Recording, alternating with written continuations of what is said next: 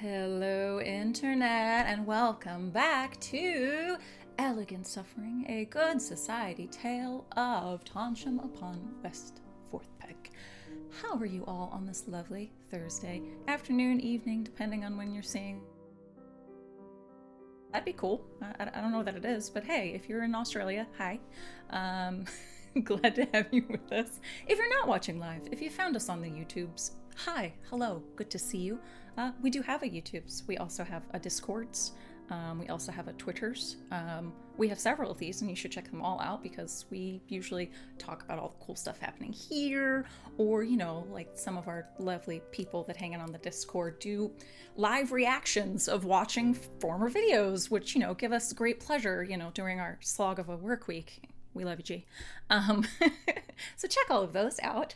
On the channel, we're here every single day, except for Mondays and Wednesdays. And even then, like, we throw little, like, one-shots in there, here and there, too. So, you know, check out the aforementioned, you know, Discord and Twitch, Twitter for those sorts of things. We'll shout them out for you.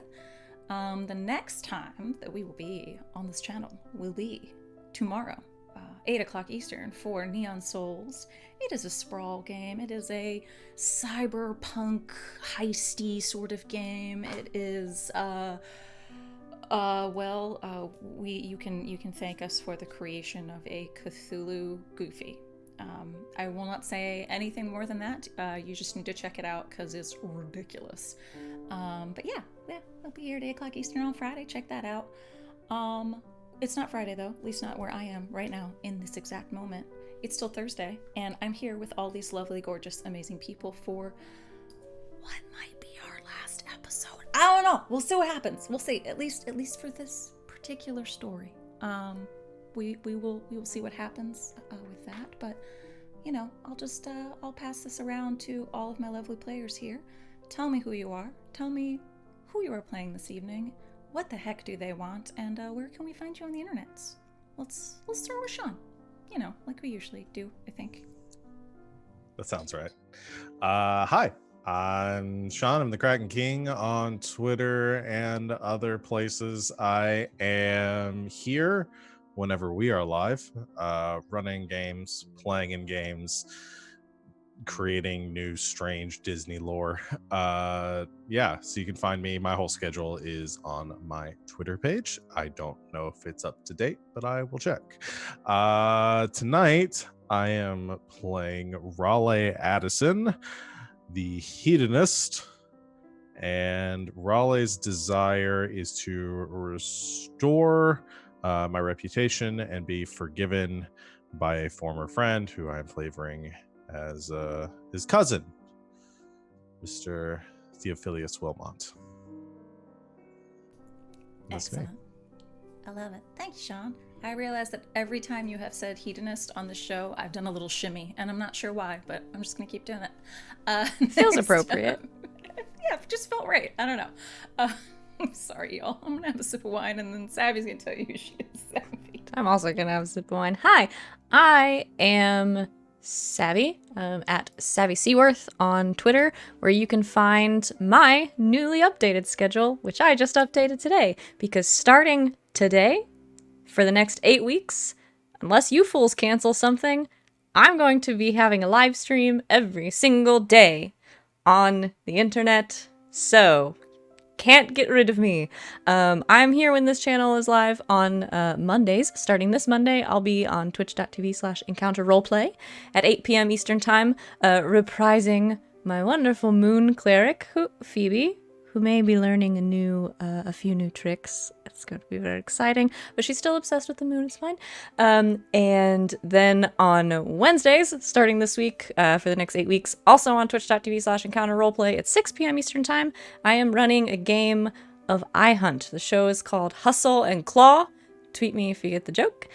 And it's going to be really fun. We had our session 0 this past week and made some great characters. The system is meant to overlay on top of Fate. It's powered by Fate, so if you're familiar with that, good, because I'm not. It's going to be really fun. But tonight, I am playing the Honorable Countess Rosamund Spice, sometimes Esquire, She is the heir, and her desire is to marry her secret fiancé, Mr. Addison's cousin, Mr. Theophilus Wilmot. Speaking of that man of the hour, Just a side RJ. thought: if that game took place in a courtroom, would it be Claw and Order? It would. God damn It would. RJ. Hey everybody, I'm RJ on the interwebs, but you can catch me at Archesses282 on the Twitter and Twitch, where I'm hosting a giveaway on my Twitter. It ends on the 27th, so in 5 days, you can win Hades off of Steam. You can catch me, of course, on Mondays over at the Indoor Adventures channel. Thursdays here for Elegant Suffering. Saturdays for Star Power alternating. On Sundays are my heavy days. It's going to be Sunday in the morning over at the Hype Goblin. Sunday in the afternoon, we're going to be over at Slaying 101 as Ajax. And then Sunday night back at the Indoor Adventures channel again for our Tomb of Annihilation campaign. Today I'll be playing Theophilus Wilmot, who is the Dependant, and their desire is to convince their parent to accept you as their legitimate child and declare your relation to all the world, and to marry their fiancée, Miss Rosamund Spice. You have 3 games on Sunday, child? I got 3 games on Sunday, ma'am. Holy crap. That's amazing. Last but not least, Alex. Hi, I'm Alex. It's some guy on the things. I'm mostly here Tuesdays, Thursdays, sometimes Saturdays. And tonight I am Mr. Grover Shelton, the Careerist, whose desire is to bolster his love interest's reputation, who is the Colonel Annabelle Breyer, played by our absent guest player, and then win my parents' permission to marry them, who I've also discovered my parent has a substantial gambling debt, so gotta figure that out too. It'll be okay. It's fine. Annette can get through anything. Thank you for that. Oh, my friends. Now that we've introduced ourselves. Oh, yeah, me. Hey, hi, I'm Christina Sid. You can find me on the Twitters at a Greek Sid. I'm here a lot. You'll probably find me at least a couple times a week. Otherwise, if I'm doing other things, it'll be on my Twitter along with a lot of shit posting. So, yay. Yeah. Oh boy. Okay. I made notes. For what the hell happened last time. Good, one of us should. Yeah. Whew. Okay. If anyone wants to throw anything in, just stop me. All right. Last time on Elegant Suffering, we cut back to our missing Raleigh. He had been whisked away and had to go back home at the behest of his mother. For the reason it turned out for her to show him her really cool conspiracy theory room, where she pieced together all of the dastardly things occurring in Tonsham, not the least of which is that his uncle, her brother, Mr. Miles Hammer, has been being poisoned for who knows how long by his steward, a Mr. Benjamin Collingwood. He's been doing it slowly in order to ensure that he has a place in Mr. Hammer's will. But that's not all. Turns out his mother is none other than again. I don't know how to do that multiple times and still make it, worthwhile. Madame DuPont, who also had another child, it turns out is, I'm not going to say it because I've said it like twice already, but you can say it in your head, an Eliza of Pemberlandshire, who our friends are now in the dastardly clutches of in Brighton. Raleigh, keen to make sure that his friends are still alive, got into his carriage and tried to immediately go back to Brighton, but was besieged by brigands, by someone that was searching for him, though we did find out, as he ran into the woods to save himself, as the brigands were calling to look for him.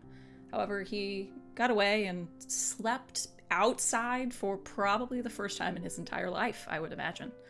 While the rest of you had awkward conversations on the beach, turned George into a sand mermaid, lots of fun was had, and eventually went to this private pharaoh party at Lady Pemberlonshire's estate, where she was very keen to get Mr. Shelton.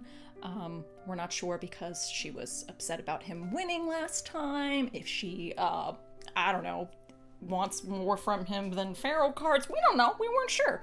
But he also played very well and was summarily whisked back into a back room and taken away from his friends and locked inside. Theo attempted to save him. He planned future arson. That was a fun coined phrase last time.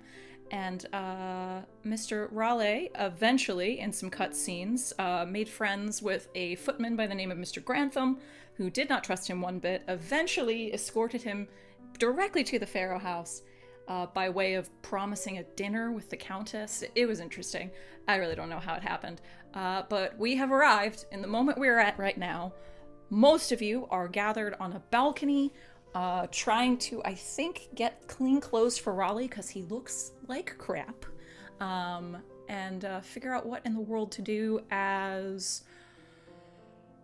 Grover is locked in a back room with not only Lady Pemberlonsshire, who just informed him that his mother is up to her eyeballs in gambling debt to her, but his rival, Mr. Cockburn, has arrived, said that he would pay for his mother's gambling debts if they got to play another kind of game of Pharaoh, in which every time someone loses, they must burn one of their paintings. Did I get it all? Holy crap. I caused a big scene in the middle of the bar. Yes. The way that all of us were able to gather was that she pulled the Countess card and said, "Get the hell away from all of my friends," and it worked. Anything else? I think that's. Did I catch everyone up? I should have said spoilers if you hadn't watched last time. Spoilers. Sorry. If you're still here after that, that's your fault. It's kind of true. Why don't we make our way, well, probably the easier one to make our way to is to all of our friends out on said balcony. I believe that is at least the Countess and Raleigh and Mimi and Ms. Keating and George and everybody else. Theo will come to you. I believe you are outside attempting to find the window where you believe Grover is being held captive. Mm-hmm. Okay, and Grover, we know where you are. We'll be with you in a moment. Friends on the balcony. What's up? What are you? What is? I don't know. Well, I've done my part.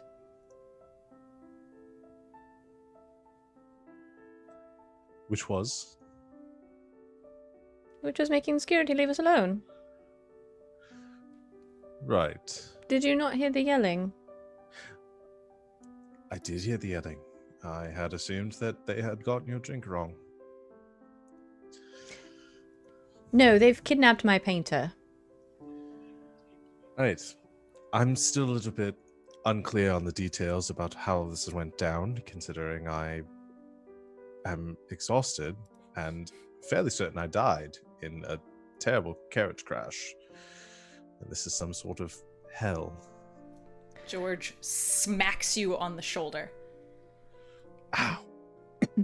Nope, you're here. Also, try to be a little bit nicer. She did just send for your clothes and make sure that all of those buffoons didn't rough you up even more when you got here. So. Yes, I paid that young man quite a bit of money. Yes, you did. Thank you. We'll need to work out the details of the dinner arrangement with you and Miss, I've already forgotten her name. So did I. You can make it up. Wonderful. Give me 2 minutes, Mrs. Sampson. Sampson, thank you. I'm going to put that in my notes right now. Thank you. I literally just left Mrs. It's like footman to Mrs. Well, it's all right. I assume they treated you well on the way here. They did. They were very, very nice. Good. We need to leave, though, before somebody here is murdered.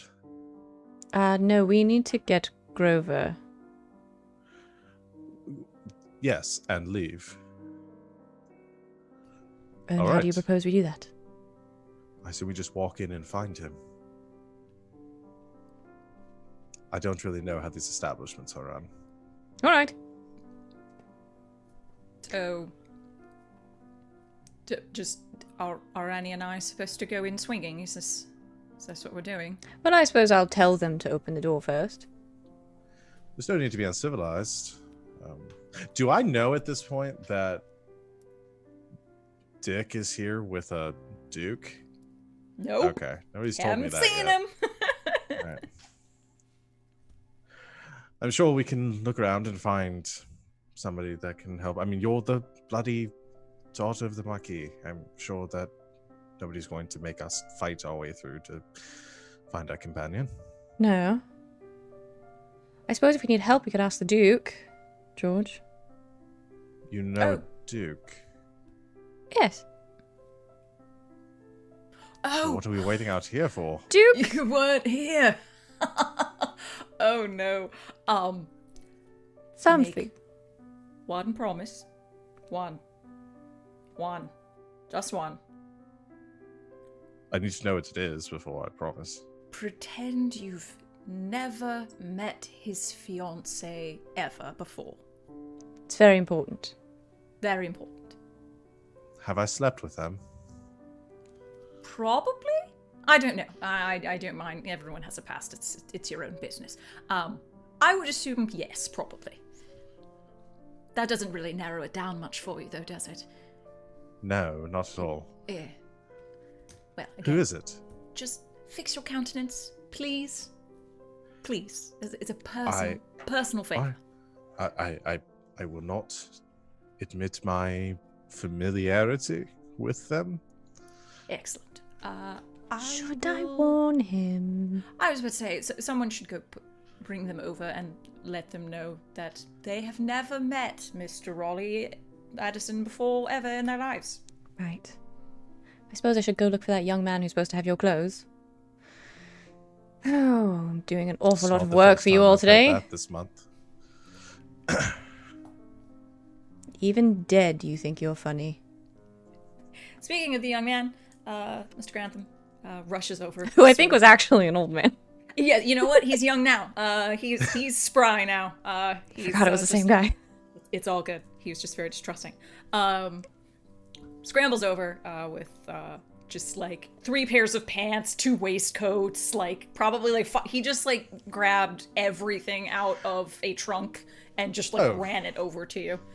Thank you, my dear man. Just hold your arms out like that for a moment. And Raleigh kind of like lays out what he brought to go through them to make sure he finds something that like actually kind of works. And oh no, not that. Oh, George, are these yours? Oh yes, probably. Didn't even know you owned anything in this color. And like goes Oh, through. I thought it was quite nice. Is it the maybe nice green? on you.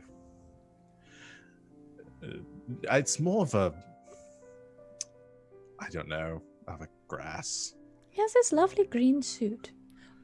Our friend has been locked in a room. Could we move this along, please? Sorry. Right. And Raleigh will just change on the balcony. You, Okay. Mr. Grantham, like he's blocking you, so he's trying to like say preserve your dignity, but like he doesn't. This has never happened to him before, so he does a couple of things. Like he tries to hide his face, and then he realizes that's not going to work, so he just closes his eyes. It's all right, And Mr. still- Grantham. Everyone in Tontram has seen it. It's quite right. You'd actually be out of place if you hadn't. I'll still keep some things between myself and gold. Thank you very much. Pulls on the last bit and the overcoat and says, "Oh well, I guess it'll do." The shoulders are a bit loose. You've leaves in your hair. I find it distinguished. Maybe it's a new trend. A wood nymph sort of thing? They'll be wearing leaves to court by next season. Can we move it along, please? Yes. Mr. Grantham, I paid you, yes? mighty sum. You now, know- yes. Your Honor, yes. I'm gonna hand him some more money because he had to look at Raleigh naked. He didn't have to stand there. Please. Your Honor, this is too much. This is 3 times Mrs. salary for a year. I beg Well, you, perhaps I should talk to Miss Sampson. She should be paying you more. You're free to go. Thank you, Mum. Thank you. I'll get Mrs. Are you all sure you're all right? I heard some things of people in danger. Someone need rescuing. Puts up some fisticuffs as best he can. It's with Brighton. gold. How much danger could they be in? Come on, let's go. You're fine, Mr. I've already forgotten your name. Grantham. Grantham. Hey, we'll be fine, old boy. It'll be well. Just go to your missus and we'll take care of everything. We will find you in town. Samson, you said. Mrs. Sampson, yes. Wonderful. Go along now. Just get home. Get her home. Go on. And tell her I'm quite looking forward to dinner. I'll go fetch the Duke. She'll be so pleased. Ma'am, thank you. Good night. Good night. Good night. And he just runs.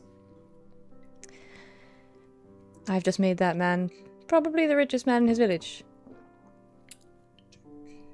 Absolutely. Duke! My lord. Go over to them.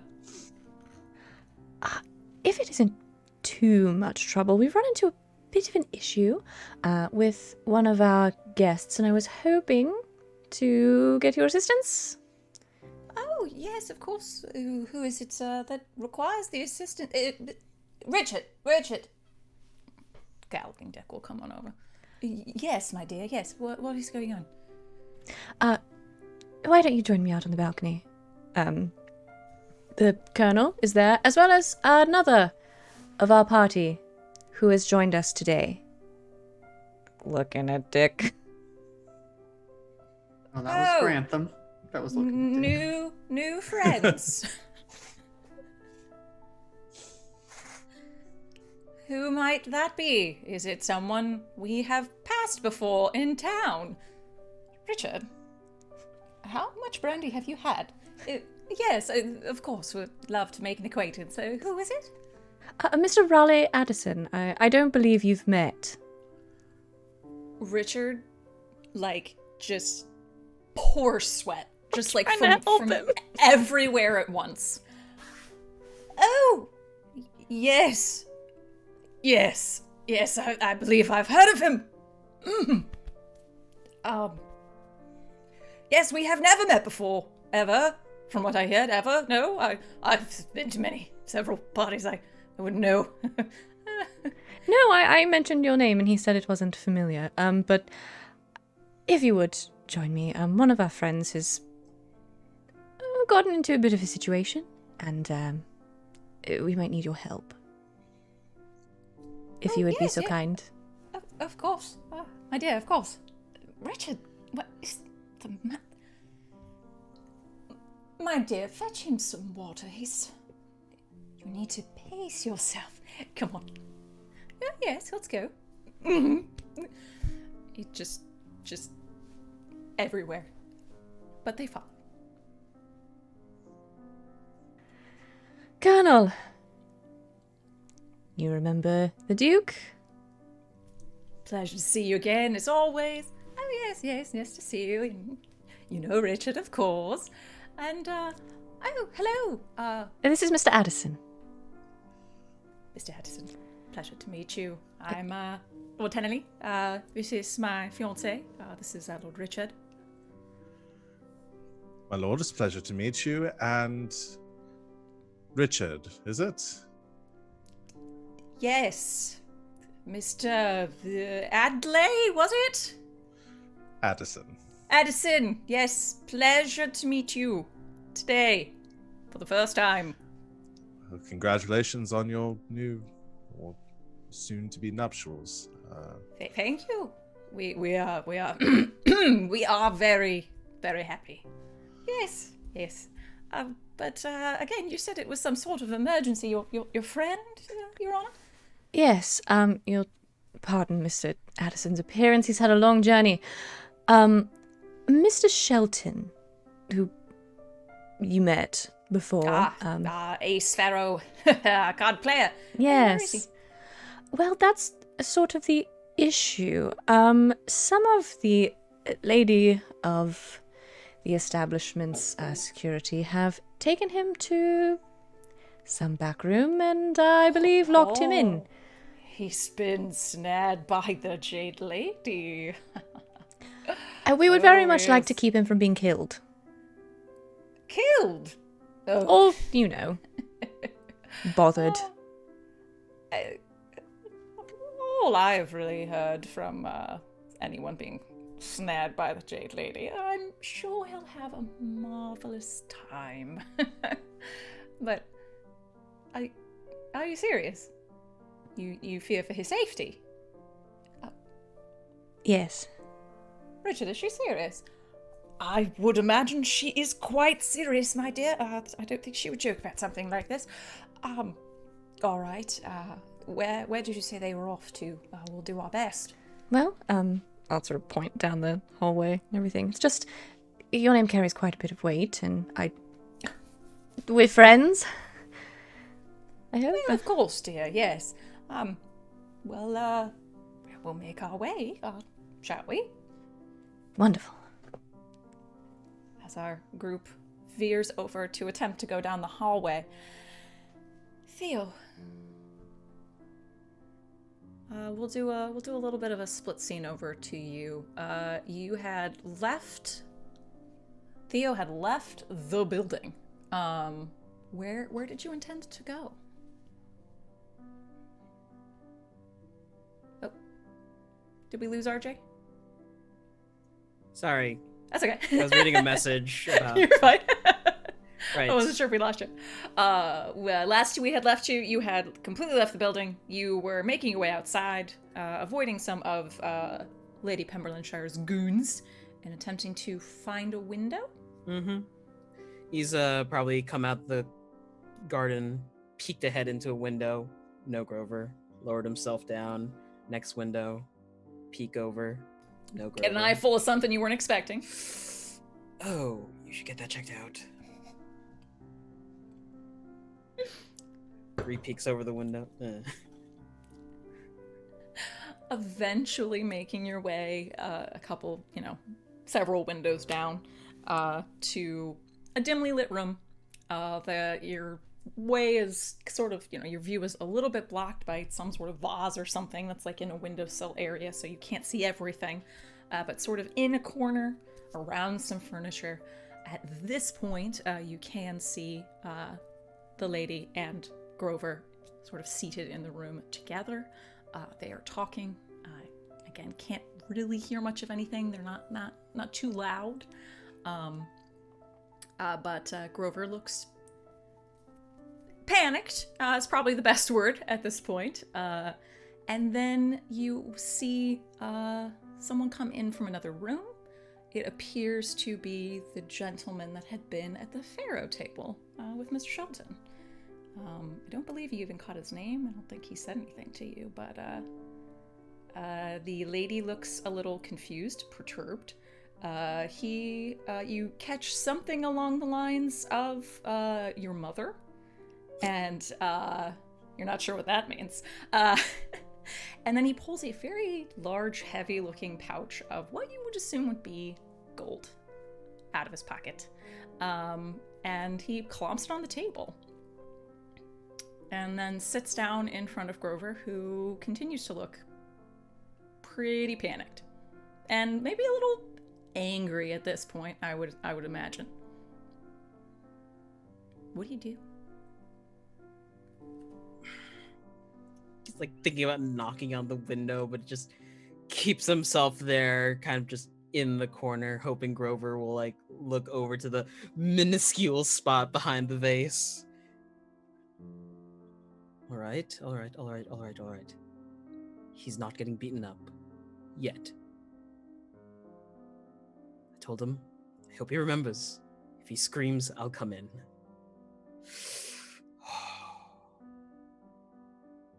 He'll watch.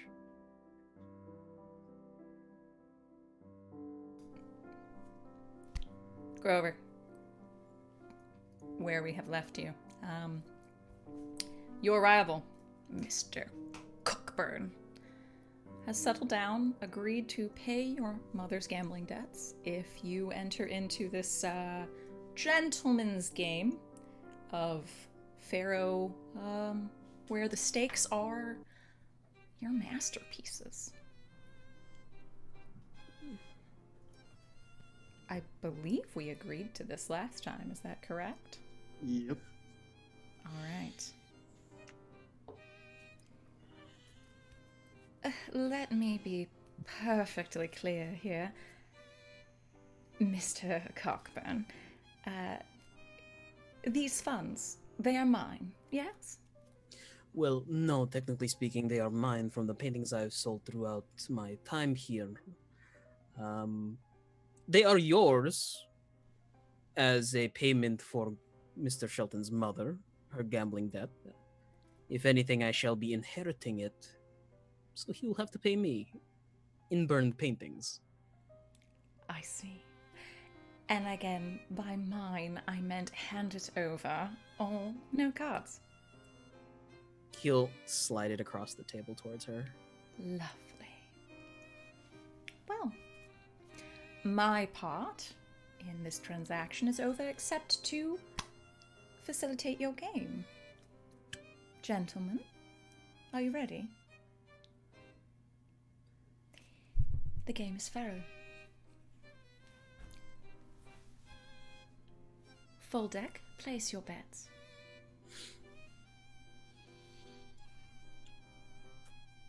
Hasn't done me wrong before. The queen. Ace.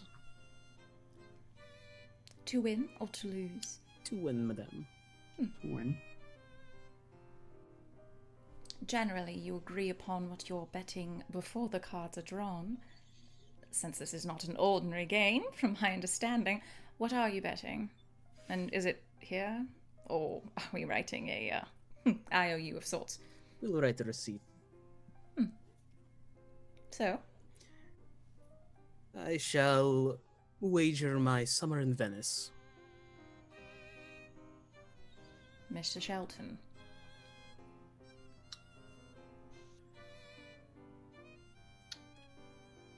The mermaid at the beach for my first wager.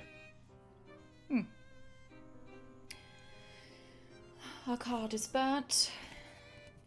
5 of spades. Our winner. 7. No wins, no losses. Care to wager again? Or to stay? I'll add the queen to lose. And what will you wager on that? Autumnal hunt. Mr. Grover, would you care to see, as it were? Yes, I'll add 4 to win. Horses across a plain. Burnt card. 2. Winner. 9. I'd say we're going to have quite a bonfire by the end of this. So the game will go on. That's not good. Uh-oh. Ooh, but you went right back. All right, so next hand, Mr. Shelton. The queen loses. Right? However, the next hand, the ace loses. Oof. So I was literally back to back, Yos. I was like, oh, there they are.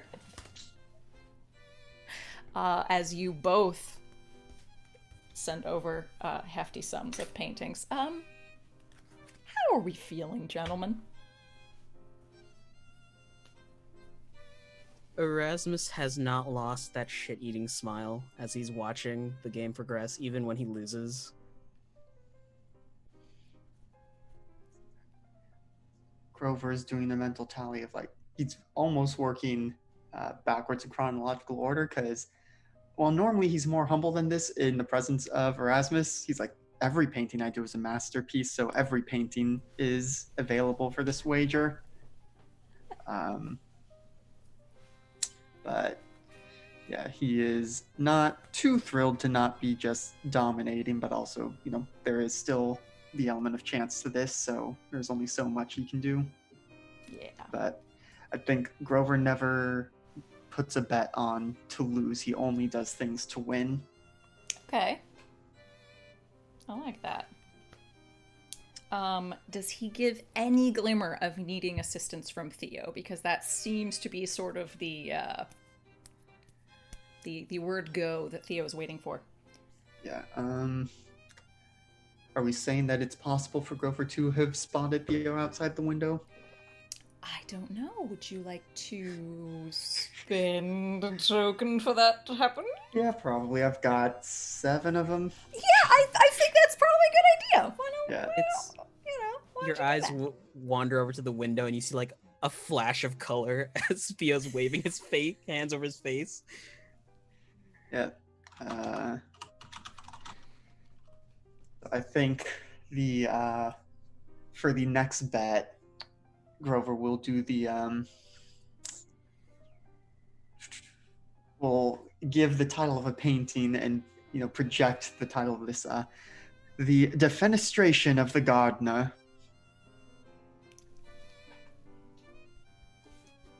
Was that go? Was that the word go? Do I jump in? He'll look around for a sizable rock.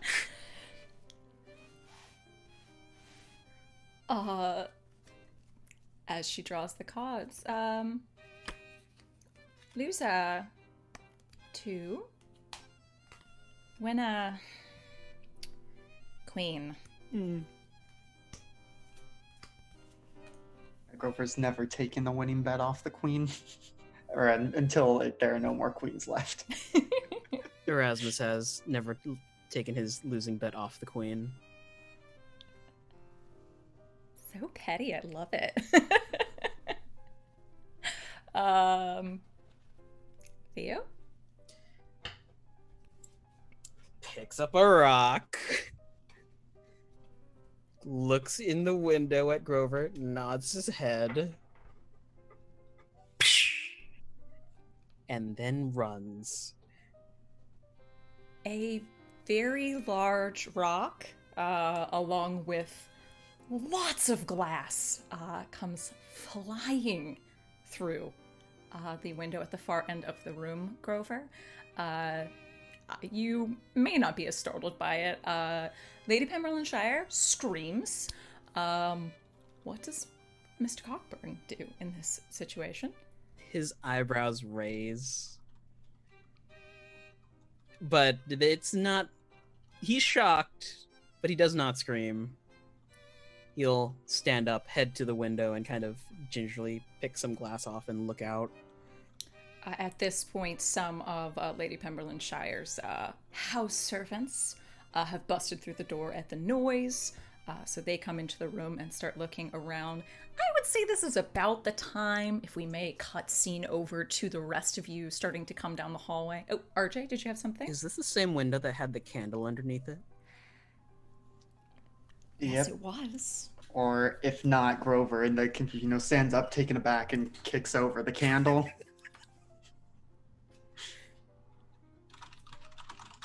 I am gonna require that through all of this, we may need a token for this, because this is big. This is a big thing. I mean, I You're can gonna set spend the two house on tokens fire. now. There was one to see Theo and another to that the potential arson became actual arson. It's Lady Pemberley's house. Am I okay with it? Yes, I am okay with this. I will take the fucking token. So I'll take that to have you burn her house down. Not burn it down, at least catch it on fire. In all of this hubbub, you go. How do you set the house ablaze, Mr. Shelton? Oh, I had set it, down near some curtains before, so it gets kicked over. Suddenly oh heavens, it's on fire! And then I assume Lady P secreted the money away, or is it still sitting on a table somewhere? You know what? We'll say she drew it over to herself. It's sort of like it was sitting in front of her. Okay, I'm trying to think if Grover's gonna try and nab that too, just completely mess everything up here. I'll spend another token to grab the money and get away. Oh my god. Yeah, sure, why not? I'll take another one. Okay, so what happens is a massive rock comes flying through a window along with just thousands of shards of glass. Lady Pemberleshire screams, which causes all of her house servants to come inside. In the meantime, Cogburn goes over to the window to see what's going on. Grover, following suit, accidentally kicks over the candelabra that he had placed there previously for future arson purposes, which then catches the beautiful curtains next to this now shattered window ablaze, and then Grover yells, oh dear, it's on fire. The rest of you have ventured down this far hallway to attempt to make your way to this locked door, where you, I would imagine here, even with everything going on, this hallway is pretty much deserted. You hear a loud crash, you hear a scream, you hear some shouting. You do see some of the house servants that were about to make their way toward you to be like, what the hell are you doing here? Rush into this locked room and go inside. And then you hear the lovely words in your friend Grover's voice, oh dear, it's on fire. George! I thought he meant his winning streak? What? You don't think... I go storming in the room. I am done. All of you men are useless. He'll chase you. Oh my god, I keep forgetting Colonel Briar's name. Colonel Briar will just smack him and will follow you. She will, because she's Annabelle, she, wore her saber for the occasion, and will rush into the room with you. George looks to the rest of you. The Duke is shocked and terrified. Richard has placed an arm around him. Well?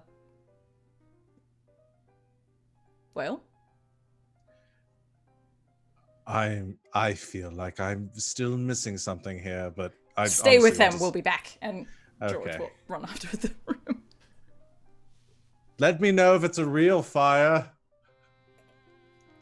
Can I spend a token to say that Theo is jogging up and just stops next to Riley?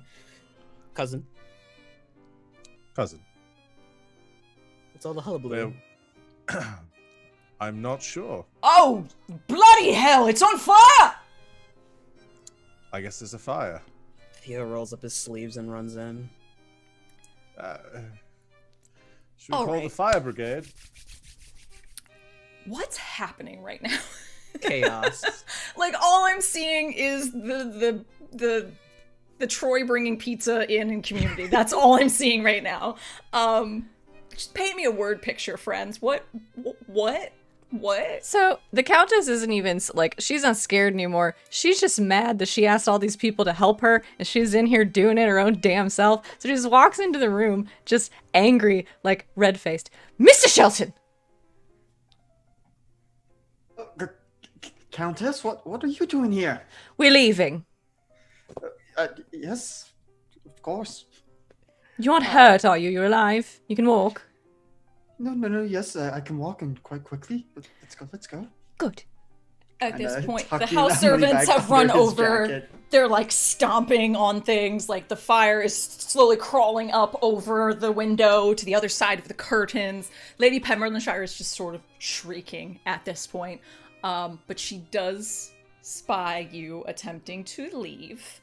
And she will say, "You are not going anywhere, Mr. Shelton." Lady Pemberleshire! Go, Grover. You can go.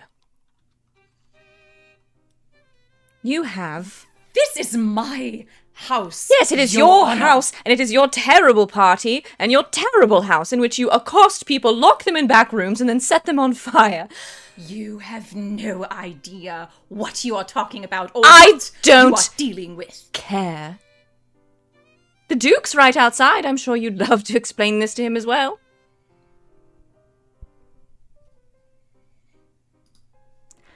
I need you to do something here. Is it fist fight? Is this the one? I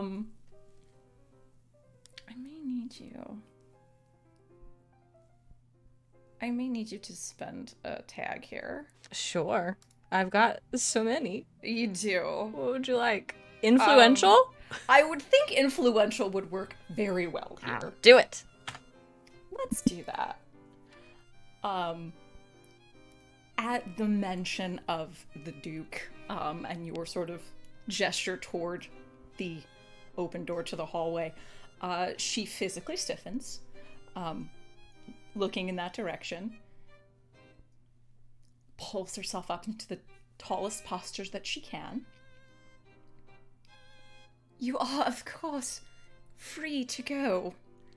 We hope to see you again. And she sort of looks over to Grover. I'm sure we will be seeing each other very soon. We, of course, hope to call on you and your mother at our earliest convenience.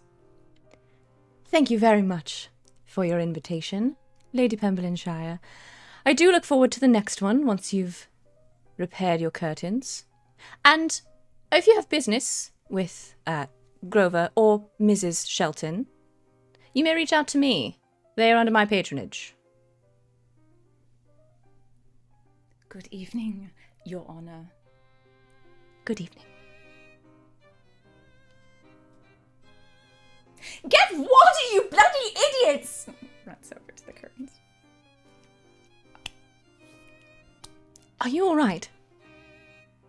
Yes, yes, physically, certainly.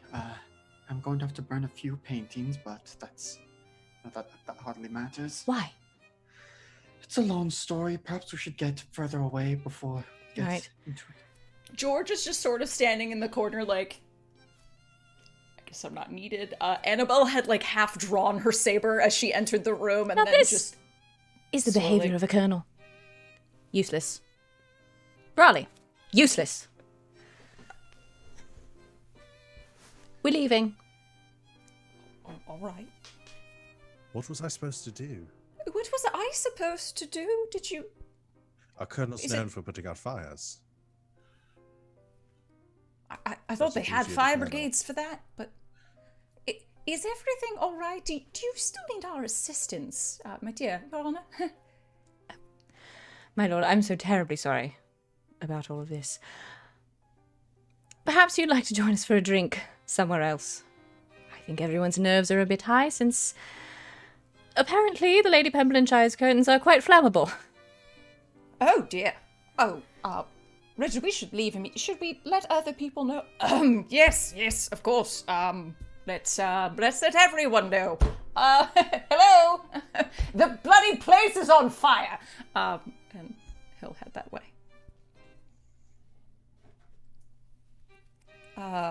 Do we want to start an all-out panic and have everyone flee the Pharaoh house, or are we gonna do this more quietly? It's totally up to y'all. I mean, it doesn't seem like the whole house is gonna burn down, right? The guards will warn everyone. It's fine. So, as Lord Richard sort of clears the way, I guess, with the mention of everything's bloody on fire, all of you, you see Mimi and Aurora were sort of still off in a corner, sort of eyeing some of the high stakes tables. They hear all of this and run over to you and are like, what's going on? The house is on fire, we're leaving. What? Oh, Raleigh, you have a twig in your hair. Yes, I know. It's the latest fashion coming out of London. Hey, may I have? Well, you have several. I just, always yes. accessorize and then take one off. Just, May I? Takes one out. Yeah. I believe they call it huntsman chic. If it's walked out of London. Can we go? Oh, Yes. Yes, of course. I would very much like some brandy. Your Hmm? No, Theo just pulls out a flask. Would bourbon do? Yes, quite well. your I despise party- gambling. Your rather large party. Now whisks yourself away from the Jade House. As there's more screams. You do start to see a little bit of smoke coming from the back area. People are getting a little worried about that right now. But you continue your way. GTFO. Where are we headed? And back to Poseidon's Terrace, or shall we find somewhere they shouldn't expect to find us? Perhaps we should stay somewhere else. Wherever we go, I recommend not taking the main road. Brigands. But- Don't wish to be waylaid again. But all my clothes were at the Poseidon's Terrace. We'll get someone to fetch them. The Duke at this point. Well, I mean, you're all welcome to stay at the beach house. We have plenty of room. It's on the other side of the seaside. It's not as much nightlife, as it were, but you'd be welcome to stay until other arrangements could be made. That's very kind of you. I think we might all be returning home tomorrow anyway. Mm-hmm. Yes. So soon? Yes.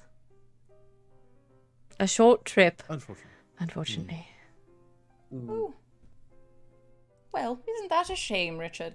Yes, very much a shame. And it was so nice to meet all of these new acquaintances. Well, it was a pleasure to meet the both of you as well, and congratulations again on your marriage, or soon-to-be marriage. Thank you. Well, we'll make sure to invite you all to the party, of course. That sounds wonderful. Yes, it does. Wonderful. So, We'll show the way this way. We'll call to your attendants and make sure all of your things are brought over. lovely. Bloody hell, Riley. Now that I see you in better light, what the hell happened? Bandits. He wasn't joking. Oh, that's was terrifying. As you start to make your way down the beach. You were attacked by brigands! Raleigh, that's so exciting! It's not as Dora? exciting when it actually happens. That's horrible! Are you alright? I believe all my appendages are still in the correct place, so yes. It's all right. He wagered my good name for a carriage ride back to Brighton. Well, if I had been besieged by brigands, believe me, I would have wagered a lot of things. Well, if your safety, any of you, ever rests on dinner with an old woman, I suppose I can take care of it. What? What are you talking about, Rose? Well, that's how Raleigh returned. He paid for a carriage ride with a dinner with you? Yes.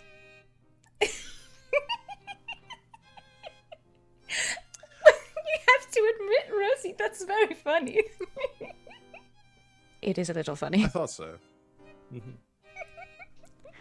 Well, she had better be Starts entertaining. laughing. Then Aurora starts laughing. Then George starts laughing. The Duke and Richard start laughing. And Mr. Addison, I tell you, if she is boring, you will hear about it for the next month. I won't stop writing. I suppose I'd hear about it for the next month either way, so sure. George, dear, can you carry me? Because I don't think I can take another step. Oh, good lord. He'll sort of fireman throw you over his shoulder, like his, the good one. He's like literally like walking with his walking stick and has you over another shoulder. Theo will lean over to George. You remember that ointment I gave you? Oh, don't think I forgot it. Works also miracles on blisters. Good to know, good to know. So you make your way down the beach toward the Duke's summer house, where he's apparently holidaying with his fiancée. You are arrangements are made to bring all of your things over from the other villas. You are shown to sumptuous guest rooms. It's quite the house, even for just, the summer house. Bedding down for bed. Any conversations to be had?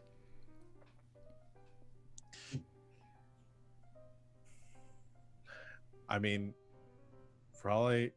Okay, Raleigh already told Rose about the murder plot.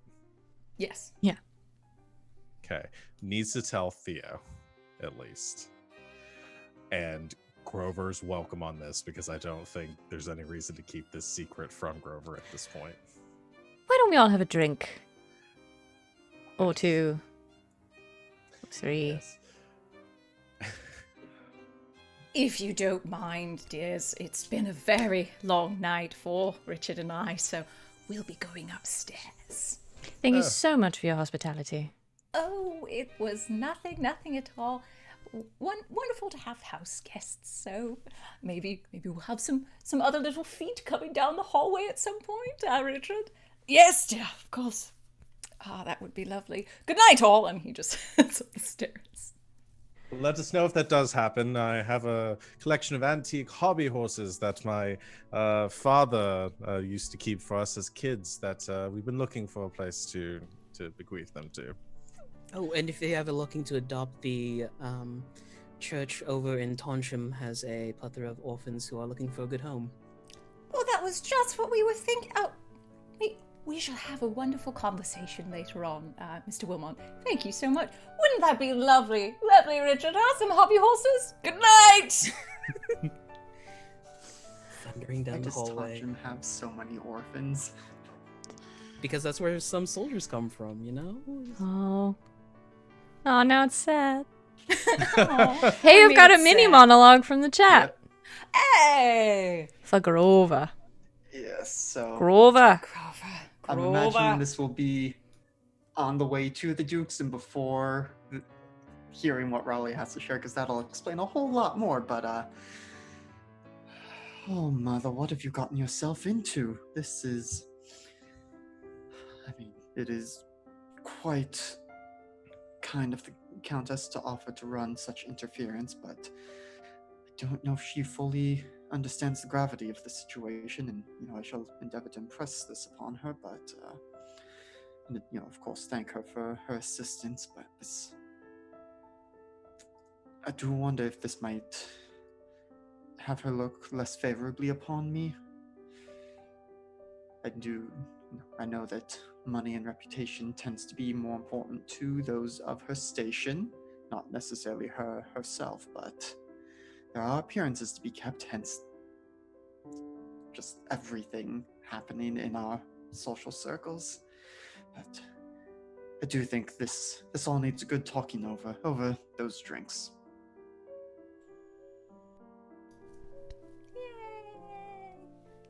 Thank you, Mr. Shelton, and thank you, chat, for the mini monologue. That's awesome. I've spent them all already, and this novel chapter's gone on for a while, so if anyone wants to throw some more, please feel free. So the hosts of the house have gone off to bed. It is just your party. Really sizable party. Y'all, I keep forgetting how many people I'm supposed to be right now. So it is the four of you. It is both colonels. It is Amelia and Aurora. Because everyone else has gone to bed, right? Is there anyone else in our party? That's it, right? Okay, cool. So... We invite Mr. Grantham. No! No. God damn it, no. I invite Erasmus Cockburn. No! Raleigh, is that your mother? God damn it. Mr. Hammer. Hey, you are all naming people that other people have to play. That's fine by me. No. Anyway, you are all there. are 4 of you and the 4 people that I'm playing, and you wanted to have a conversation. I'm sure some bourbon or brandy is poured. I'm sure some other drinks can be procured as well. The somewhat tired-looking servants, but they're still able to get anything you may need. So, who wants to start? Raleigh, in case you fall asleep. I suppose that would actually be for the best. So, I'll start this off by saying, my mother, by all accounts and rumors, seems to be in perfect mental health. That's good. And Sorry. physical health as well, I hope. Yes. Good. By the state of her office, I'd say she's in the prime of her life. Long story short, she's uncovered something of a murder plot. I'm sorry, what? That was my reaction too. Apparently, dear cousin, somebody is plotting the murder of my uncle. Mimi gasps. But why? For his inheritance. Simple motives. Why does anyone kill anyone of power? Right. Money. But there are But no official heirs. Who would the money go to? You? Well, the idea would be for it to go to his steward. What a bloody waste. Sorry. Who happens to be the son of one Madame Dupont. She is an ambitious creature indeed. Annabelle Very gets much. stony for a moment.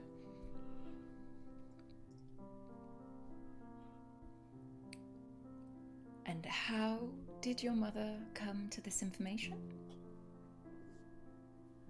I don't know the specifics. She's been doing this investigating for some time now. She has many ledgers and documents. I think I still have a couple of things she sent to me. Some correspondence as well. Raleigh had a couple of things. I don't remember exactly what was on the Just a couple documents of- yeah. Letters and things that proved familial connection, I think. Yeah. She's got a daughter as well, doesn't she? She does. Owns the Pharaoh house. We just set on fire. Oh, I feel less bad then. Indeed. That's why I returned so quickly, because it seems that she may be in on this arrangement. And apparently they have a cavalcade of brigands at their disposal that waylaid me on the way back. They're also quite fond of blackmail. Yes, I mean, I suppose that is where my portion of this evening's entertainment comes into effect. Kind of throwing the sack of money on the table.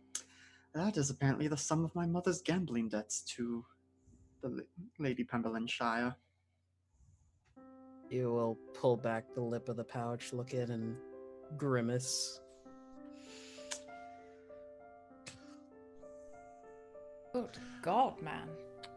Yes, well, all it cost me thus far was burning a few of my latest paintings. I hesitate to call him a gentleman who joined us at the Pharaoh table was none other than Mr. Erasmus Cockburn, my rival, autistic rival. He has been, I suppose, seeking patronage from Lady Pemberley-shire. Annabelle will grit her teeth. And from me. Has he? I do believe he might have written me a letter to about that, and I warned him against it. But all that to be said, he offered to cover my mother's debts in exchange for us to play Pharaoh against each other and betting our masterpieces.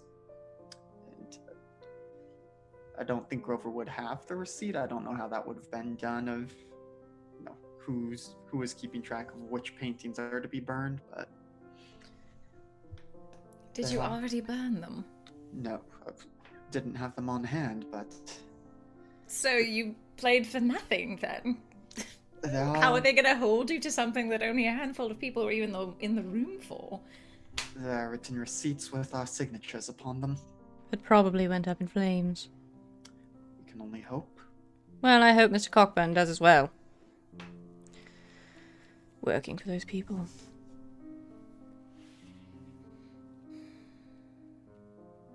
Regardless, it seems the crux of this whole matter is Madame Dupont. Blackmailing witch. Which I had nothing to do with. It does seem that way. It does, because it is the truth. All right. I think it's time.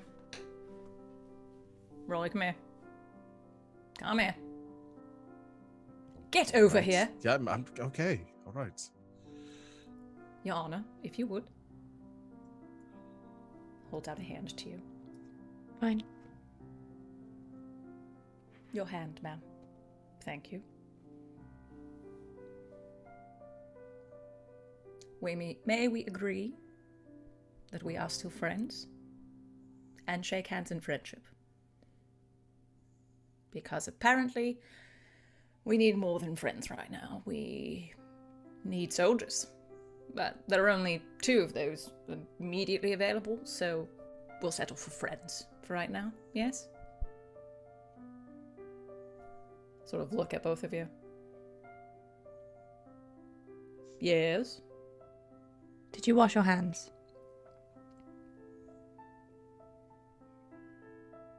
Me?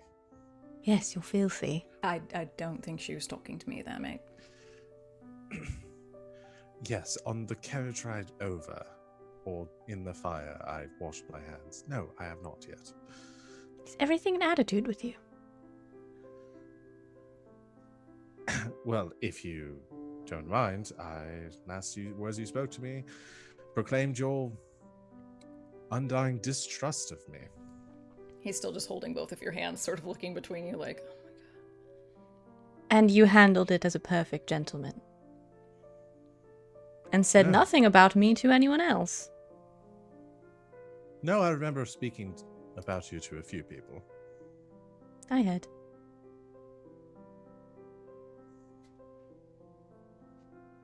Riley, Rose, please. All that I ask is that the next time somebody makes some wild accusation of some nefarious act that I did, that perhaps you remember that I walked 15 some odd miles through the woods to make sure that you were safe. What else were you going to do? Live in them? Do you see what I'm working with here? I'm joking. Can you imagine? What are you going to do? I Build the believe it. treehouse? Live in the woods? Twigs in your hair? And I would have looked fantastical doing so. Please don't look bad. It's not a bad look. I'm not gonna lie. Everyone will be wearing them next spring. You look like a child pretending to be a fairy. Maybe I am. If Maybe I recall learned the correctly, magical secrets trouncing through that Oh, underbrush. bloody. I'll put your hands together. Fine. Arms are getting tired. Oh, a strong one you've got there.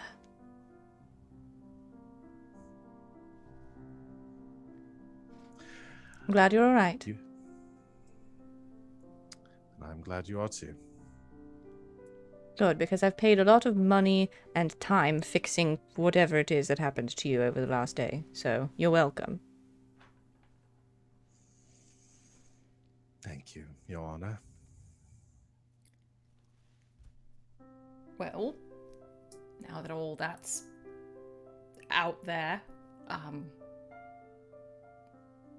What in the bloody hell do you want to do about it? I suppose I could pay to have them killed.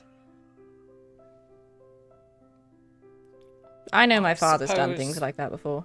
That's on the table. George, like, pulls out a small, like, pocketbook and like, a very tiny, pencil of some kind. It's like, all right. Well, That seems like mean, the easiest way, to be honest. They did try to kill Mr. Addison, just outright in the woods. Among other things. I don't appreciate being blackmailed. I don't appreciate my friends being kidnapped. And I don't appreciate poor taste in wine. The red was awful. Vinegar. But it was. Ugh. Rose. Yes, dear. Does father really have people killed? No. No. So is that something we're considering? Honestly, or is is your gallows humor kicking in? I suppose not. I do perhaps, on my long walk over here, while the rest of you are drinking and cavorting on the Yes, beach. we know you walked, Mr. Addison. And it was a long We can and smell arduous your journey. boots from here. And while I had this time to ponder the great mysteries of life, Theo, I'm going to kill him. do it Then out you can back have the- where no one can see. Then you can have the money and the estate. I did perhaps come up with a method that we could use to kill two birds with one stone, as you might say.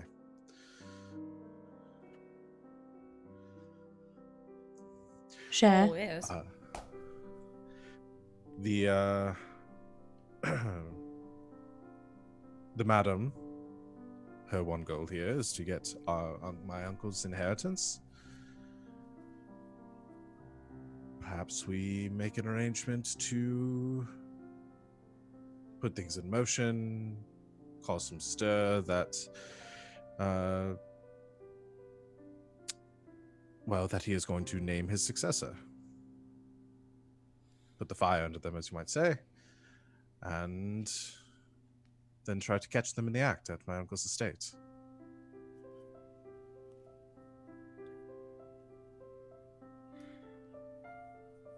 Could work, yes. Make One- them slip up. One practice question, as it were. Are you planning to inform your uncle and apparently his father that you are using him as bait? Yes, that would need to be part of this, I assume. My You mother don't- knows about it. You don't think your mother's already told him? I didn't get the impression she'd told anybody yet. Think Fair. Aunt Millie was looking for more substantial proof than just letters. She wouldn't have told Lord Hammer about the situation. Otherwise, Mr. Oh, what's his name? Collingwood. Mr. Collingwood would still have his head and job. Yes, I had rather gathered from Mr. Hammer that, let's just say I thought I was strong-minded in business. I don't think Mr. Hammer would take lightly to something like a threat upon his life from someone that he trusted. At least that's what I'm gathering. He is your kin, after all. Well, my mother has a certain way about her and dealing with her younger brother. I'm sure that she can persuade him to go along with this. But perhaps it's about time that we made it public knowledge of your relationship, Theo. And maybe plan some sort of event at the Hammer Estate. It's a very late coming out party, don't you think? Well, you're a bit of a late bloomer.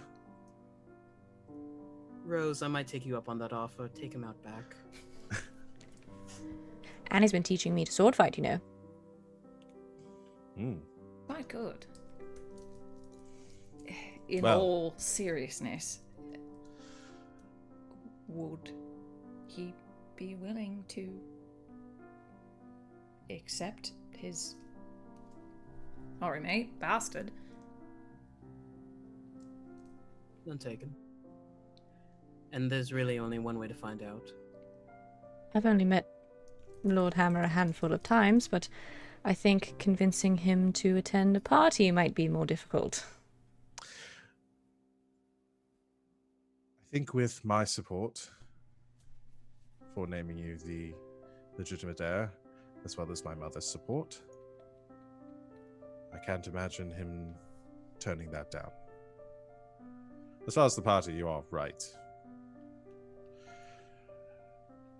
But if we're throwing it at his house, then he can't very well decline. Oh, Mr. Shelton, you can do a painting. A new family portrait. Let's not.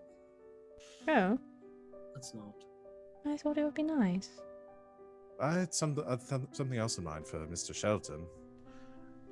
Perhaps I don't. It's not like suppose the new yours- painting of you, is it?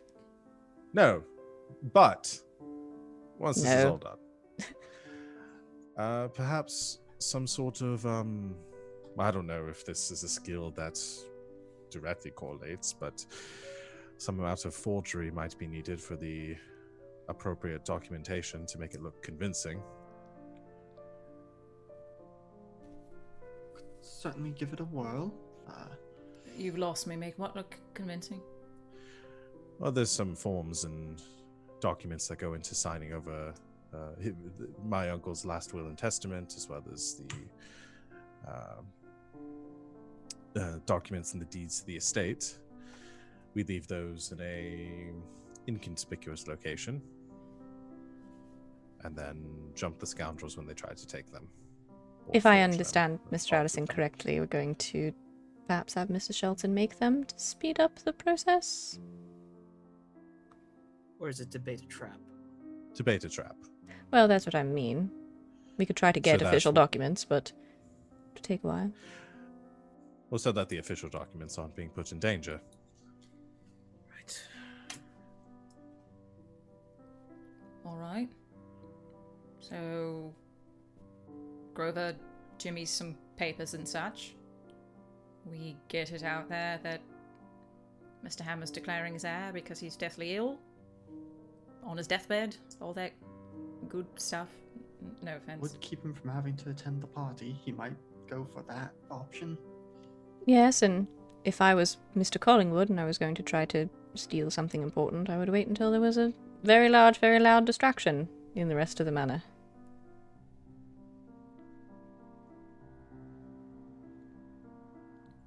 It's not a bad ambush. I've seen worse. Well, we're not all soldiers. Yes, well. This one doesn't involve horses, so I think I'm in the clear. Annie? Annabelle has just been sitting there with, like, her hands on her lap, like, just staring at the floor as if, like, she could put a hole through it. Yes. Do you think this is a good plan? Yes, yes. I think it is the beginnings of a very good plan. Right. All right then. Mr. Shelton, do you mind, before bed, I suppose, throwing a last will and testament together? Oh, I suppose I can whip something or other up. Raleigh, do you have anything with your uncle's signature on it? No, not on me. I've seen it enough times that I can perhaps help forge something. Well, if he's ill, perhaps his hand's a bit shaky. I'm gonna have Annabelle spend a token, because she's got like 6 of them. And she's gonna spend a token to have she'll have what we would call a writing desk, which is just like a little box full of like stationery and things where you keep correspondence. She'll just sort of stand up, walk over to where the things were brought over, pull out her writing desk, look through some correspondence, and pull out a letter, which Raleigh, you would recognize as in your uncle's handwriting. This should help. We were in discussions of business.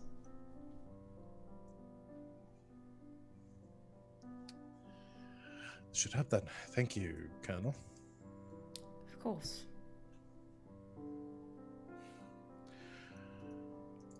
All right.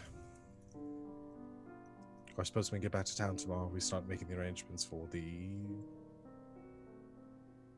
party.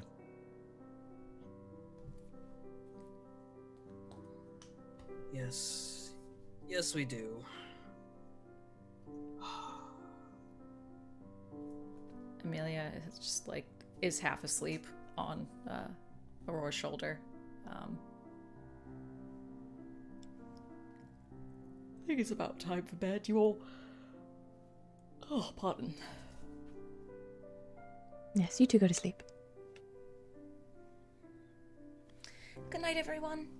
Night. Raleigh, I'm glad you're safe. Me too. Thank you. Well, good night. Good luck with forgery and, well, Raleigh, you're here. Good. Good night. Well, sort of head upstairs. What did you do to her? I have no idea. It wasn't me, I swear. I assumed she was just tired.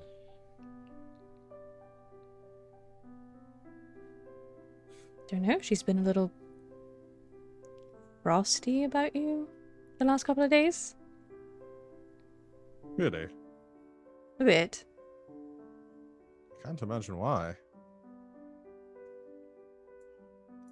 I'll speak with her in the morning, I suppose.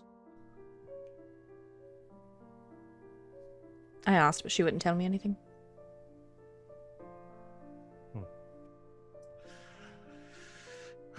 I'll look into it. We'll have a long ride back tomorrow.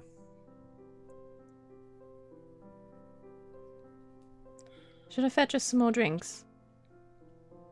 So I'll be up a little later still. There's a lot to think on. So I might need some coffee if I'm to put together a passable forgery before the morning. Annabelle will go over to some of the things, pick up one of the bags that appears to have some of your art supplies in it, Grover. She will ring a bell for a servant. Excuse me, Mr. Shelton would require some coffee, if you wouldn't mind. Thank you. Yes, we'll have it brought upstairs. Thank you. Well, you have work to do. Let's go. She'll sort of turn on a heel, walk with your stuff up the stairs. Well, I suppose two of us are going to go take care of that. If you need anything, come knock, but otherwise see you all in the morning. Godspeed, Mr. Shelton. Good night, Grover. Good night, Countess. Thank you for your assistance and indicating to the money pouch. Suppose that's yours if you are to be the intermediary between me and whatever. If there's even to be anything with the Lady Pemberlin Shire's threats, but... Keep it. That's most kind of you. Goes, gets the bag, gets it, hurries up after Annabelle.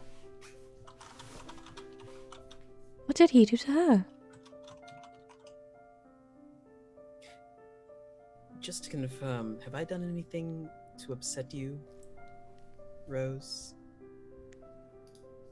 It seems like it's a thing going around right now. Over what time period? Touche. No. I could do with another drink, though. The rest of you get drinks. Grover, you are brought into a room, and she just puts the stuff down and she just hugs you.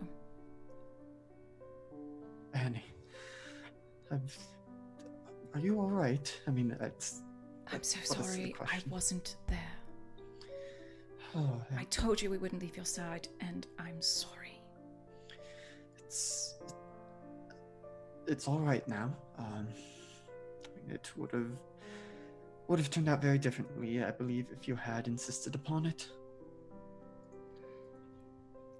I'm fairly certain that house would be burnt down at this point, if that were the case.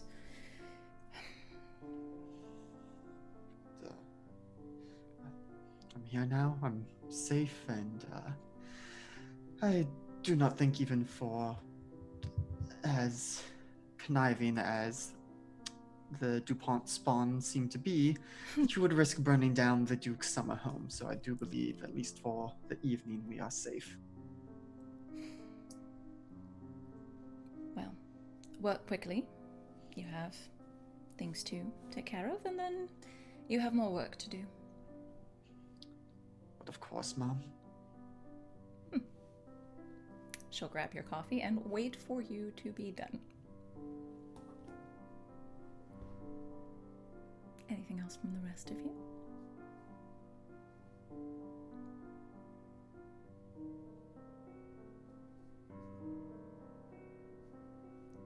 Alright, then are we okay with closing this very long novel chapter?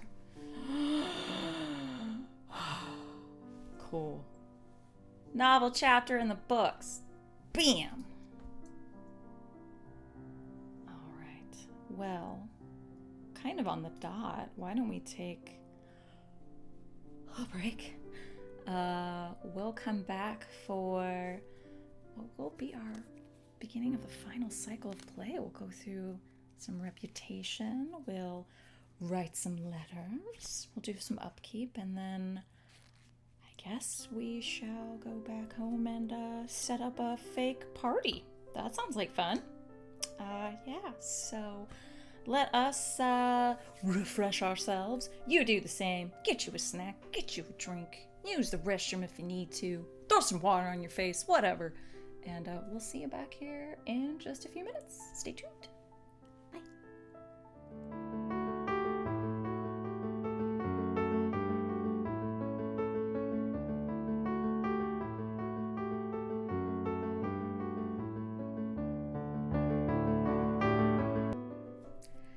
And welcome back, Internet. Thank you for sticking around while we refreshed ourselves. I promise I'm not drinking both of these at once, but they're both here, just in case. Just mix them. Yeah, Sauv Blanc and Coca-Cola. Yummy. No, I'm not in college anymore. Anyway, I didn't do that in college. I swear to God, I never did that in college. It's okay, we did a lot of things in college. I did a lot in college. I did not do that. But I won't do that. Lord. So, we have completed potentially the longest novel chapter that ever was. Well done. I give claps. So we will be continuing on in our cycles of play. The next one of our favorites, we're gonna move into reputation. So go ahead, pull out your character role sheet and your family background sheet, because you might need them. And we are going to go down the line. We'll start from the top. We'll start with Raleigh. Sean, Raleigh had a lot happen in this chapter. Like, a lot of things happened. So, did any of that affect Raleigh at all? No, I think he's just totally fine. Yeah. yeah. I thought so. Anyway, moving on. Okay, so we're doing reputation first. Is that what we're doing? Yes. Okay. Yeah. So I think it's gotta be a positive tag. I think so. I mean, acted in obedience to society's conventions despite considerable hardship in doing so. You nearly died. I would consider it considerable hardship to follow up on what his mother said, to leave the beach, to do what for his mother asking him to I come mean, see that her, would have probably been enough to qualify for that, but then... and then trying to go back and then getting waylaid and then walking. Yeah. I'm gonna go with You slept in the positive tag woods, there. yo. You slept in the woods. So, yes, you win good society. No. No one playing this game has ever slept in the woods before. Ever. It's the secret. It's the secret. You solve the secret, you win. It's now great society. Welcome to level 2. Hey! Uh, What tag would fit this? Like, it's beyond dedication. Like, Dogged? Thesaurus! We're still waiting on that money, thesaurus.com. I'm just saying. yeah, I think dedicated, dogged, like that sort of is getting there. I'm trying to. Committed, zealous, faithful. Zealous goes too far. Faithful. God-fearing. No. No. Woods fearing, maybe. Woods-fearing, potentially. Devoted. I like Steadfast. devoted. Devoted. I like devoted. Let's do devoted. He's devoted to his mother to go back and devoted to his friends to return. Excellent. Yeah. I like it. Done and well, and you're already over, so no additional thingies. So you good. Excellent. So Countess. I'm gonna argue for a positive tag. I would say, yeah. A couple of them stick out to me. I mean, made a sacrifice or denied your desires to uphold the superiority of your rank. Boy, that Boy, relationship with Lady Pemberleyshire is gone. They're never gonna be friends, huh? No, I'm guessing she won't be inviting you to play bridge or anything. No. So nah. That bridge has been burned. Heh. That joke has layers. Yes, it does. Yeah, and then, I mean, acted in the service of morality in a way that compromised yours. I mean, she just stormed into a burning room. Started yelling at people. That is a thing that happened in our Regency Jane Austen game. Yes, that happened. Mm-hmm. So yeah, I'd say so. What are you thinking for that?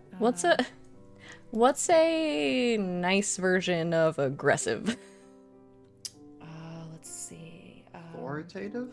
Or I was about to say authoritative. Oh, that's Beyond good. confident. Oh, chat says There's also fierce, and I like that. Ooh, I like fierce. Fierce. Yes, she is fierce as fuck. I'm gonna do that. That's fun. That's Yeah. strong. Fierce. It's a strong word. I like it. Thanks, chat. Thank you, chat. All right. Back to Alright, 4. Yeah. Now you got one to spend. You got a spare. It's good. I'm gonna spend all of them at the wedding. Every All of single them. one. It's my day, Mom. Oh man. God damn it, RJ. RJ, you're up. RJ just sent me something very funny. Anyway. Plus minus 0, I think. Really? I don't think I did anything good or bad. I threw a rock through someone's window, but they no don't know one about knows that you did that. it. Right, it's only negative if someone catches you. Exactly. I mean, that's we've been playing this game for 11 sessions. I feel like we've made that clear. It only counts if you get caught. Society's not gonna be talking about you throwing a rock through the window because society don't know you threw a rock through Now, the did window. you remember to crouch before you threw the rock?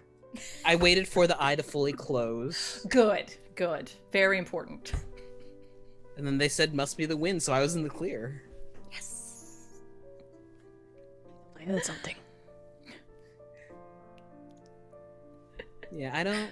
So barring that, well, you did that in the service of a friend, if I may say. So let's look through your sheet. So Let's for look humble through your origin, I gain a positive tag if I acted in the service of duty or morality in a way that compromised my desire. I had a desire to help him. I also had a desire to like spend the time with friends, but like it's all right, Grover. I mean, you have a desire to not go to prison. Yeah, I Yeah. mean, you kind of sacrificed or denied your own desires to please someone of a higher rank. I mean, Grover is a gentleman, and he It's needed awesome. your assistance, so you threw a rock through a window. All right. Theo's whole thing is throwing rocks at windows. It'd make it sound like saving Grover is the least desirable thing to have done that night. No! No, Grover getting caught would have been like is the least desirable thing, and it happened. It So. kind of happened. It was like damage control at that point. I do want to circle back on Savannah's comment that his whole thing is throwing rocks through windows or at windows. At windows. Near windows. At the wrong Oh windows. my gosh! But this time it was the right window. This is character growth. I threw the rock through the right window the second time around. If you guys Throw don't get engaged rocks through because he my throws window. throws a ring through your window. Are you taking notes here? Ring through the window. I'm telling you what No. women want. It's a diamond ring, so I can throw that rock at her window. Ew! Nobody tweet me, please. I don't have time for that. Let's see. I in mean, the service talk of about devoted. devotion. We already have a devoted, though, don't we? No, we have dutiful. Let's Oh, we do. Riley has devoted. Let's What's see. another word for devoted? Can we say? Loyal. Yeah, I was about to say unwavering, staunch, steadfast, Dedicated. Dedicated. Yeah. allegiant. Oh, that's just fun to say. Allegiant. That kind of has like a. I don't know. It feels weird to me. I'll take dedicated. All right. And I know what it is. Okay. I know. All right. I get 3 now. Oh, did you roll over? Yeah. Hey, look at you. Yeah. Okay, real quick. Sorry, Alex. You Sorry. keep thinking. We need a rep condition for you. So go to your character roll sheet. Let's see. You get either angelic would it- temperament or stay with us. Would it be a dick move to go angelic temperament Miles Hammer? I can do no wrong in his eyes. I don't think it is. I don't think it is at all. All right, here we go. And we can come up with a very fun and interesting way as to why that is. Because we're kind of gonna do an all things Mr. Hammer thing here in a second. So I like It's hammer time. Alex. I say. But before we get to me being a stodgy old man,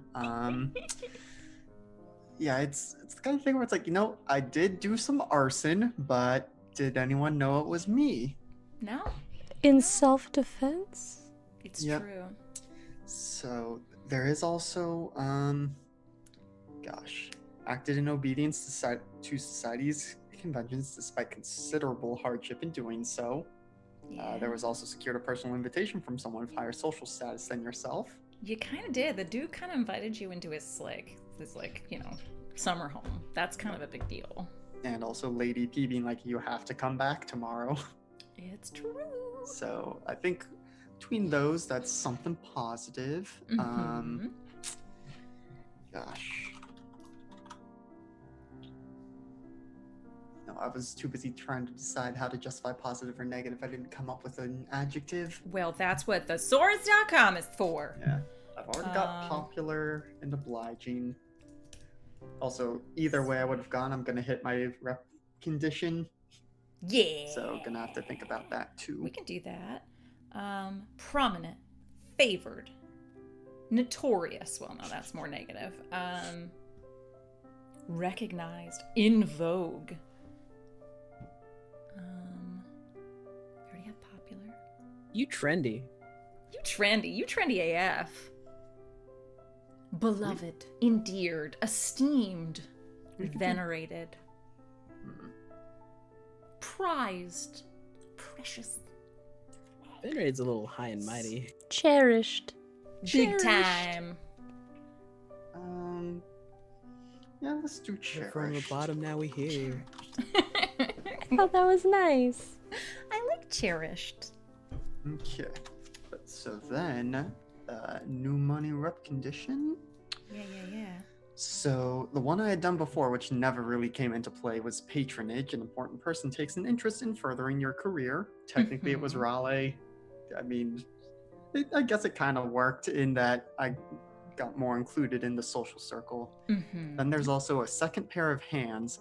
Your junior arrives, create them as a connection. While this condition is active, they are ready to assist you in all appropriate matters.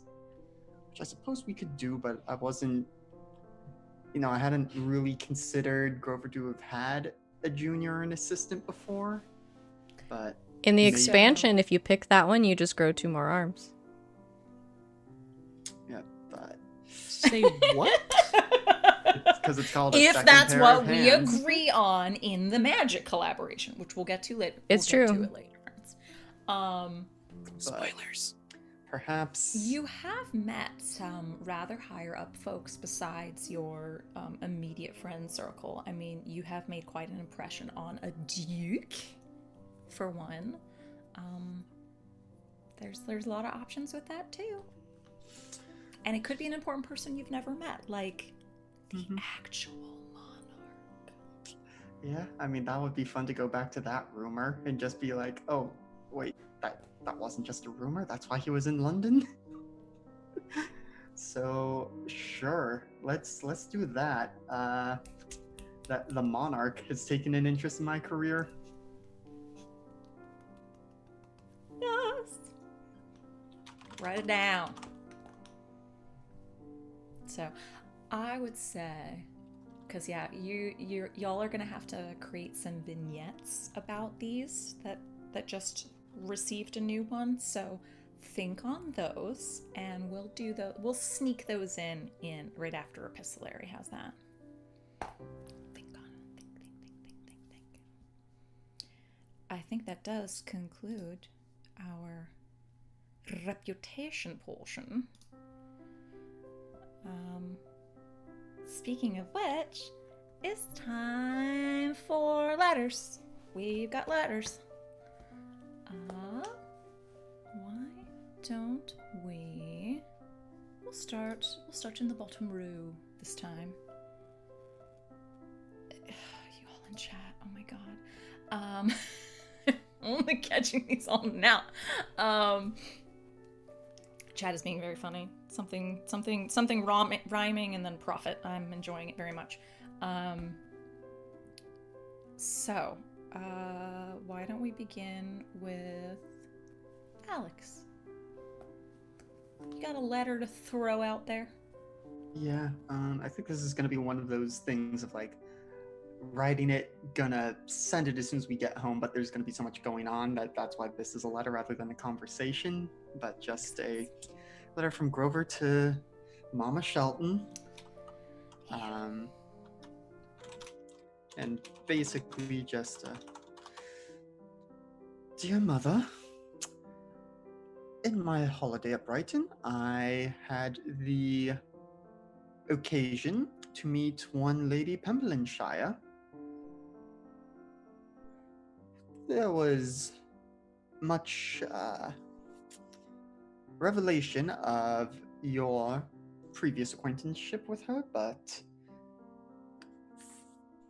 well, we will discuss this in further detail.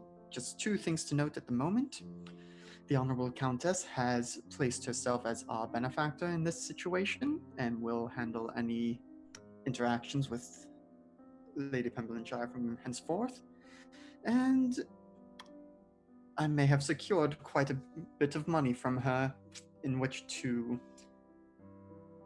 take care of some matters of which I am sure you are familiar with.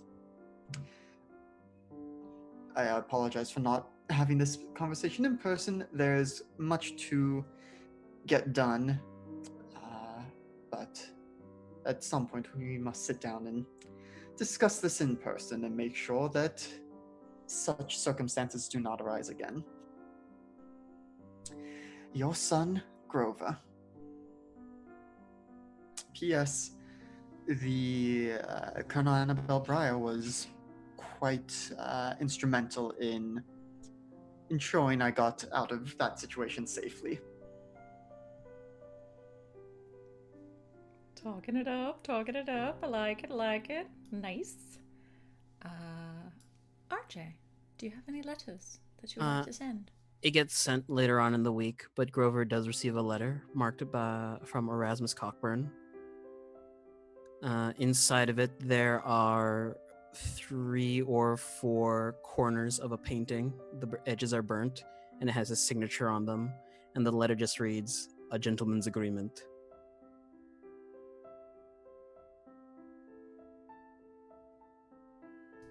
Okay, he's an asshole. Mr. Cockburn is badass.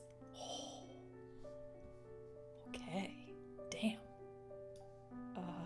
Sorry? Hello, yes. I'm going to write a letter to Mr. Raleigh Addison from my estate. Mr. Addison, I hope this letter finds you well and with less branches in your hair and fewer blisters upon your feet. Because of my involvement with your family's current situation, I felt it only fitting that I contribute to the gathering you soon plan to throw at the Hammer Estate. Enclosed you will find a list of caterers, planners, etc. that I have vetted and also paid deposits for. I feel it's the least I can do. Write me if you need anything else. The Honourable Countess Rosamund Spice. Oh, they're friends again. Sean. Raleigh is going to I think just going to assume that we didn't get a chance to talk the next morning with everything heading back. Is going to send letters to Aurora first, and is going to say sup bitch. No, it's gonna go well, the Regency equivalent to that. I'm sorry, that got me right here. Good morrow, fair lady. Good morrow, fair lady. Aurora, I don't believe I've ever written you a letter. I'm doing so now because things are very busy, arranging events, and we haven't spoken recently. It's come to my attention, though I'm not sure how I missed it, that there's some sort of going on between you and the younger Spice sister. I will need to hear more about this, but I do want to offer my apologies that we have not spent as much time together recently. I found myself growing very busy, spending time with George, and well, I'm sure this has put a strain on our relationship. I'd like to meet for brunch sometime this week, and if there's something else going on that I'm not aware of, please talk to me. You are, and will always be, my dearest friend. Sincerely, Raleigh. That's nice. I got 2. Okay. Number 1, which we will retrieve when we return, will be addressed to Colonel Briar. It will be from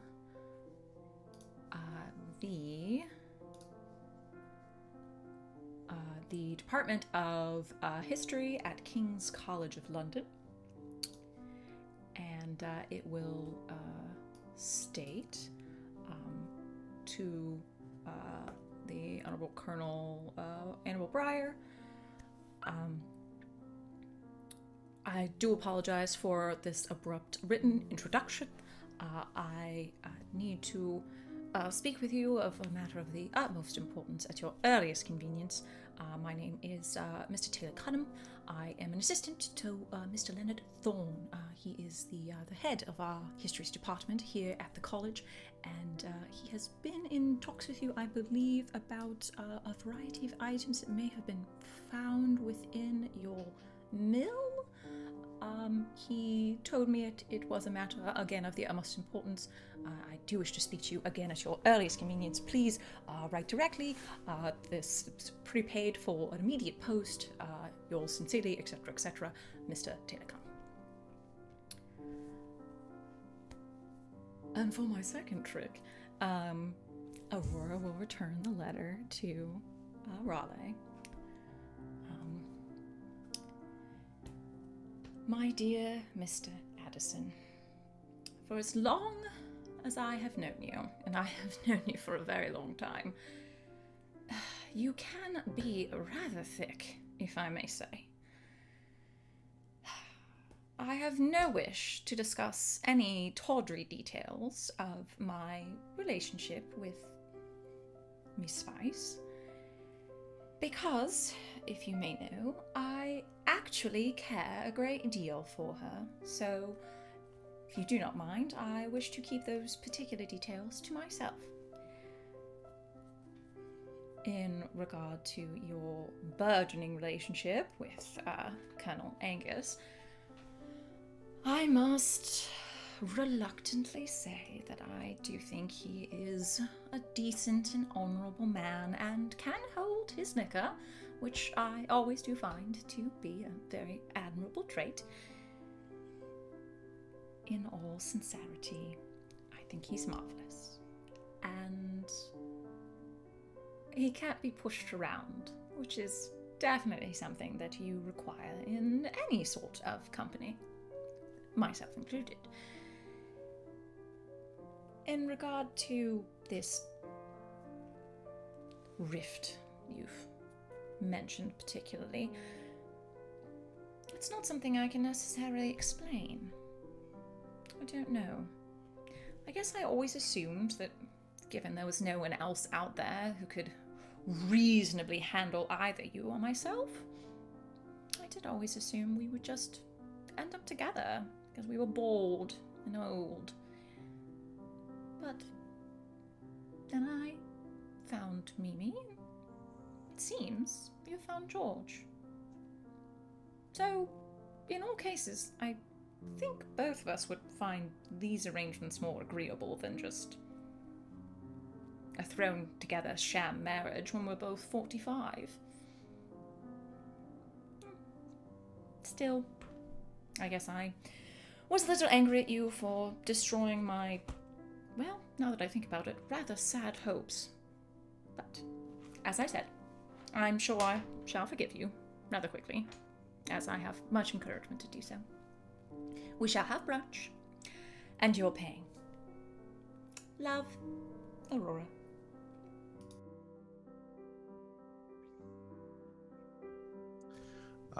It's Raleigh's turn, right? All right. I think he's going to return the letter to the Countess. And he's going to write back saying, Honorable Countess Rosamund von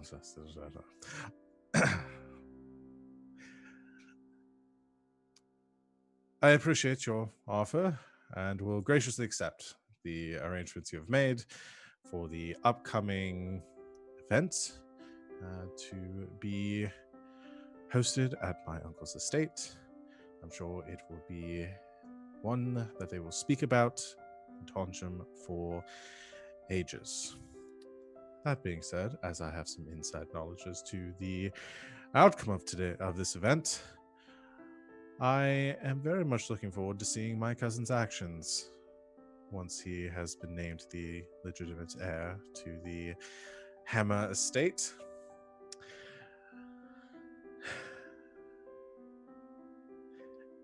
If that boy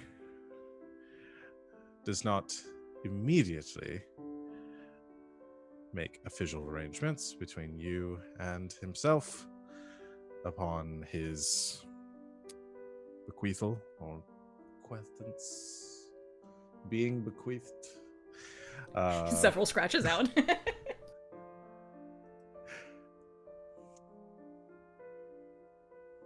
Then do let me know and I will give him a talking to. There's been a lot of work put into this, and I would hate to see it go to waste. That being said, I do still expect him to uphold his end of our arrangement and me helping him. Nothing's free after all. Warmest regards, Raleigh Addison.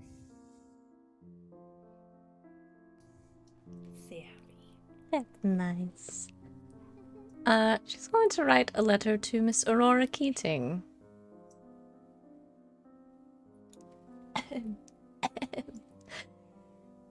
Miss Keating, I hope this letter finds you in good health. I very much enjoyed getting to know you in Brighton and wish we had had more time together as friends. I would like to invite you to the Adderwood estate for a brunch. There are important events that may be coming up for my family soon, and I know Amelia may wish for you to be a part of them. So I wish to know you better. Do you like lemon cakes?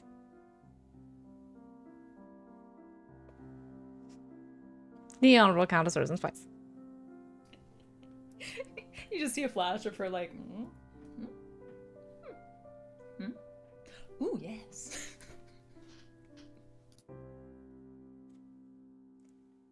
RJ. Oh boy. Theo writes a letter to the Honorable Marquis Mortimer Spice. I had wine in my mouth, RJ. I wasn't looking.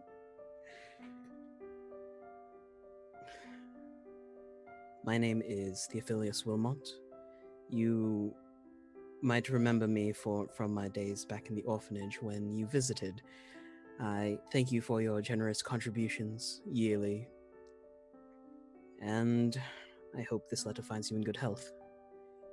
I wish to discuss a very sensitive matter with you in person, if possible. To fill you in, give me more pretense, I am in love with your daughter, Countess Rosamund Spice.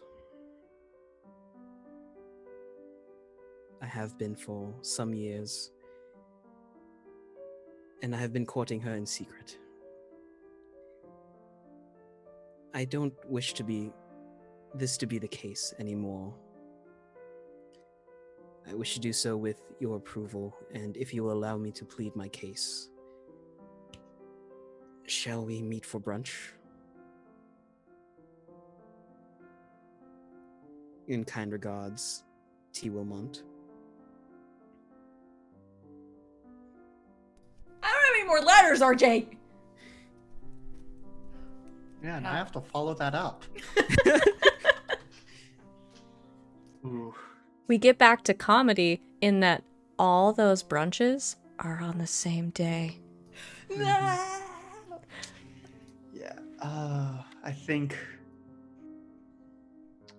Yeah, I think there's going to be a response to Mr. Cockburn, and it's going to be all the paintings agreed upon, corners burnt, though of course Grover made duplicates beforehand, and also additional corners burnt, at least 3 times the number that Cockburn sent, and just saying, to recoup your losses.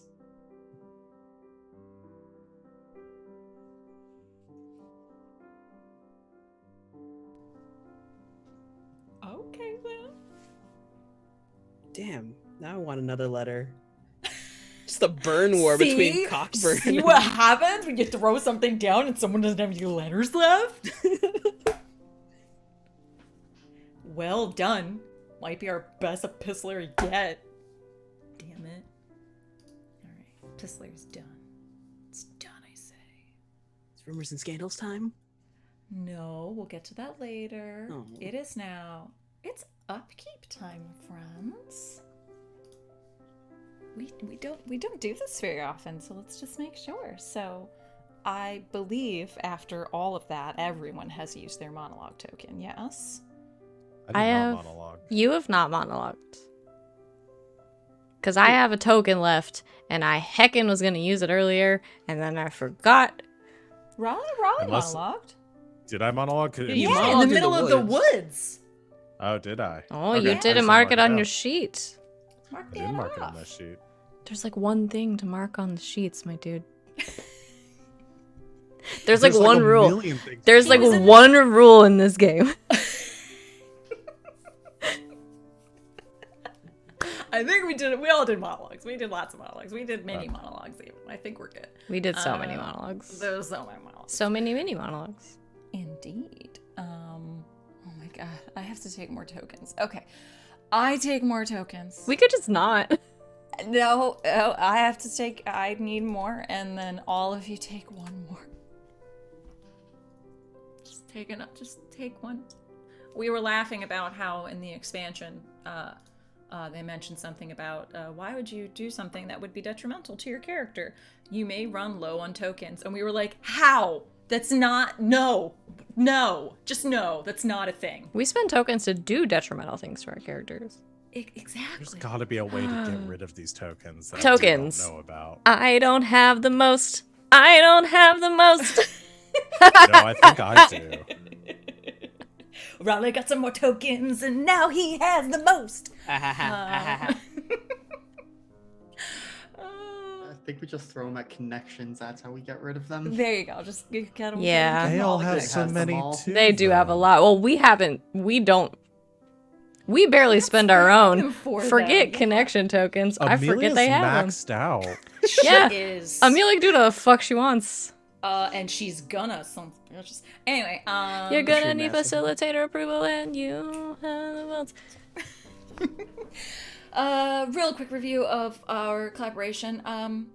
I feel like our tone may have veered slightly into farce there for a little bit, but we've come back to romantic comedy. I feel like with the murder mystery, we've sort of, tamped down on that a little bit. So I feel like we're still in the romantic comedy vein. Any other changes? Any other additions? Feel like we're all right. Anything else, in the final, session or two? I think I've got everything locked down on what we have of anything else we want to see in the game. And currently that includes a big wedding, many parties, check, done with that. Eventual tentacles. Eventually, there will be tentacles. Consensual tentacles. And Bigfoot, which we've had at least a spotting of, and a Bigfoot, which I'm cooking up for you. So, just saying. No feed on Twitch. No feed on Twitch. Don't worry, I got this. Anything though. I think we're good there. And now we get to check up on your inner conflicts. So, please go ahead and take a peek at your character sheets. And again, you can add you could add one to each side if you so choose. Go ahead and take a peek at your desires. Does anyone... You know what? That was a fucking long novel chapter. If you've got more, just do them. It's fine. Just do it. I'm just gonna say it. Just fucking do it. We did a lot of things, and you deserve to be lauded for them.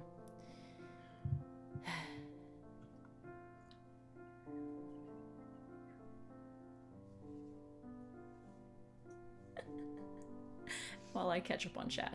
It's good. It's really good. Really good, friends. I'm trying to proud think of of all of you. Grover, and he had anyone who he hurt or pushed away, someone important to him. I feel like there was never really anything along those lines, unless I'm forgetting even with my prodigious notes. I don't think you did, necessarily. Grover's a bit of a people pleaser, so I don't think he's done anything to particularly piss anybody off, at least in this chapter. Yeah. You already got your talking to from Annabelle, so you're good. A 5 total. 5? Ah, Can't add a 5 6th total on there? I'm- Nothing you can... Let's see what we can argue. I'm trying. Daddy, I don't think this is a problem that we can argue. Tell me the problem and we'll figure out how to argue it. That's how old I am, friends. I quote Clueless. Anyway, let's see. So I have duty versus love. Yes.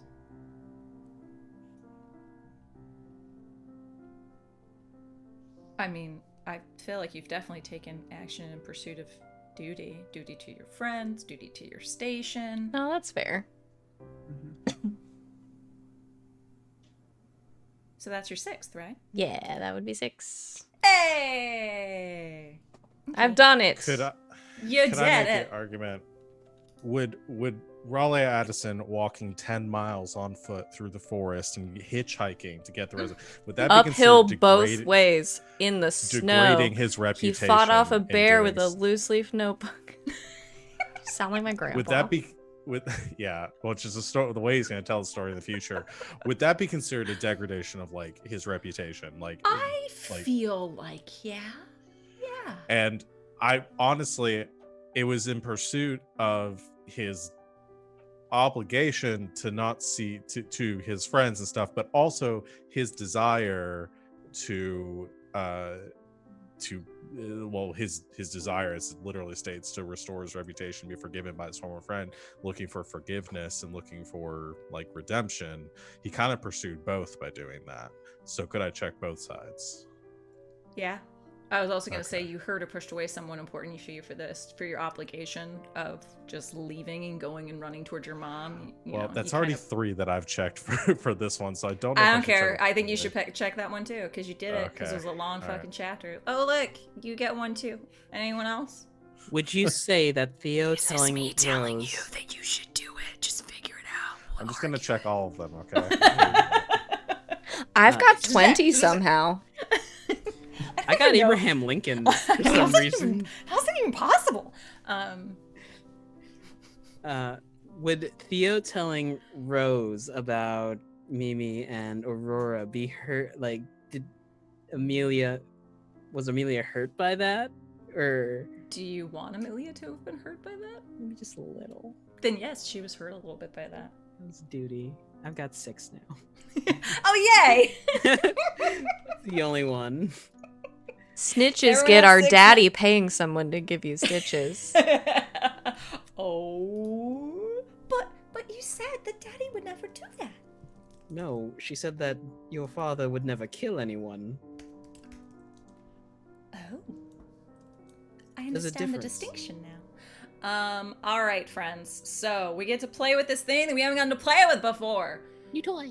New toy. So this is what we would call expanded backstory actions. So we have a couple little vignettes that we're gonna need to do for these. So you guys are going to you're gonna have to come up with a new inner conflict, and we won't worry about it necessarily right now, but you're gonna have to come up with one. You will. And you're also going to get to choose one of these extra special things. You can either create a new connection. You can take a connection away from me. Please, someone take a connection away from me. I have so many people to play. And you get to now spearhead that connection. You can change the fortune of a connection, either one that you control or do not, either for good or for ill. You can establish a relationship, an unexpected relationship between either your major character or a connection you play. Can really be anything as long as it doesn't heavily conflict with the story. Or you could just straight up create a new major character and your current character becomes a connection that you control. Cool. I'll do that one. Bye, guys. Meow!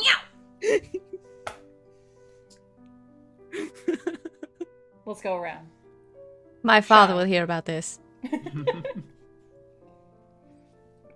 Sean, what do you think? What you got? Oh boy. So create a new connection, take over an existing connection were the two that stood out to me.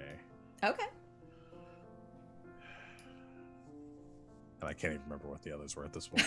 It's fine. So Just go with the ones focused you on what I remember. did, though. That's how you Yeah, order, so like, what? Salad dressing in a restaurant? Like, name Yeah. them? Just that last one. Yeah, that one. Those two that I thought about. So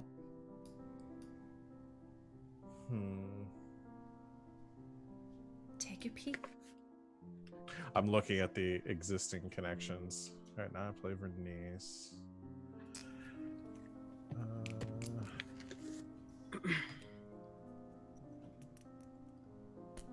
If somebody else has one that they want to do, please jump in, because I'm not sure. What does it mean to flip the fortune of a connection? So, if you wanted to, say that you had a connection that wasn't doing too well, like financially, you could decide that they suddenly came into an inheritance and they're doing real good now.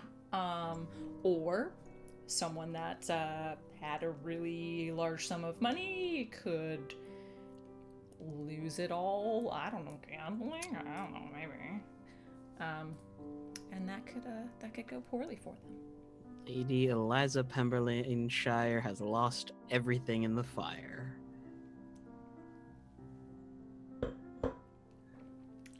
That, my friend, I think is absolutely acceptable. That's better than what I said. Wait, what did you say? I said kill Vernice. Nope, that's the one. That's it. That was the other secret Just- that we were looking for. You have now won No. good society. That's it. We're done. She Fire away. loses her life. The fortune of life. All right. Well, we've got RJs. Yeah. So one of them is something about create a relationship with a connection. Yes. Would you like to do that with Aurora? Yes. Yay! Okay. So you're gonna create a relationship. I want to sort of solidify our relationship and be friends. Yay! I like it. Okay, come up with your vignette of how that happens. It doesn't have to be a scene, but just like a little visual vignette that we would get for that. Okay.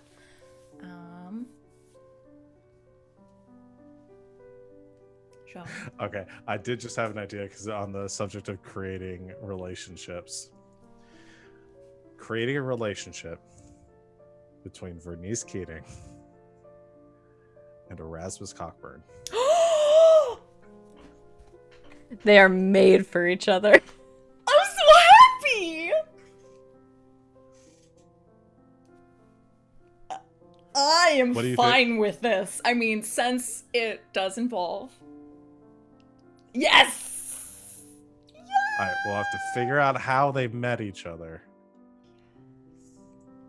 But I like it. Oh my god.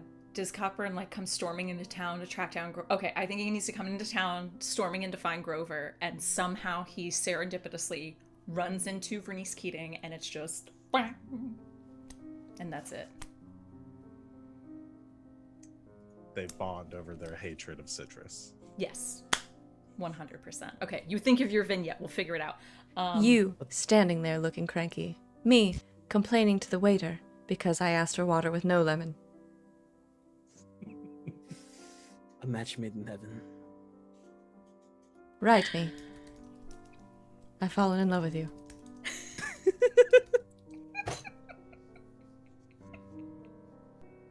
I feel like I'm trying to think of a vignette where they actually have a conversation, but honestly, I think the vignette is more interesting. It's just a silent, like they're just sitting at a cafe together, I've just got it. not talking. They got forced to sit together, and it's just like an hour of them sitting together, and then as one of them leaves, it's just like, right, me, and that's just the beginning of their. I've got it. Even mango? Especially mangoes. Take me now. Erasmus slides a sketchbook across her. It's Vernice sketched out, and he'll walk away. Right to me. And she just looks vaguely irritated in the sketch. It's perfection. They marry like 2 weeks later. That's the wedding we need. Yes, That's our the wedding. No, I will not allow for that to be the wedding. That's not the one. That doesn't count. It's a small wedding. It's a small family gathering. It's not a big They wedding. both deserve happiness, though. They're both such two angry people. No, they putting them don't. together. They suck. That doesn't mean they don't deserve happiness. Let them be It's true. cranky together. Well, Yeah, that's their exactly. punishment. They get to go be cranky together. But honestly, they're like perfect for each other. For them, that's not Yeah. a punishment. It's their favorite thing to be. It's true. Yeah. It's cranky and angry at lemons. Who's angry at a lemon? Honestly. If Bernice had a Twitter, that's her whole Twitter bio. Angry at lemons. She basically started up the I Hate Lemons Twitter page. Like, I hate the moon, but I hate lemons. Show me to your orchard. Let me kick its fucking ass. Let me show what I learned in my citrus jujitsu class.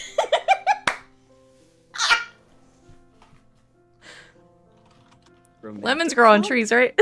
Yes. Okay. They do, in fact.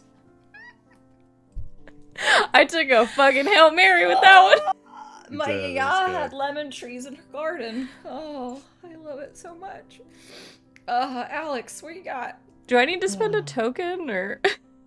No, that just happens. This is the benefits of this extended back story thing. It's just a big deal. I'm debating between a few ideas. Part of Which- me, my first thought was establish a relationship, which is that Mama Shelton and the Reverend end up together.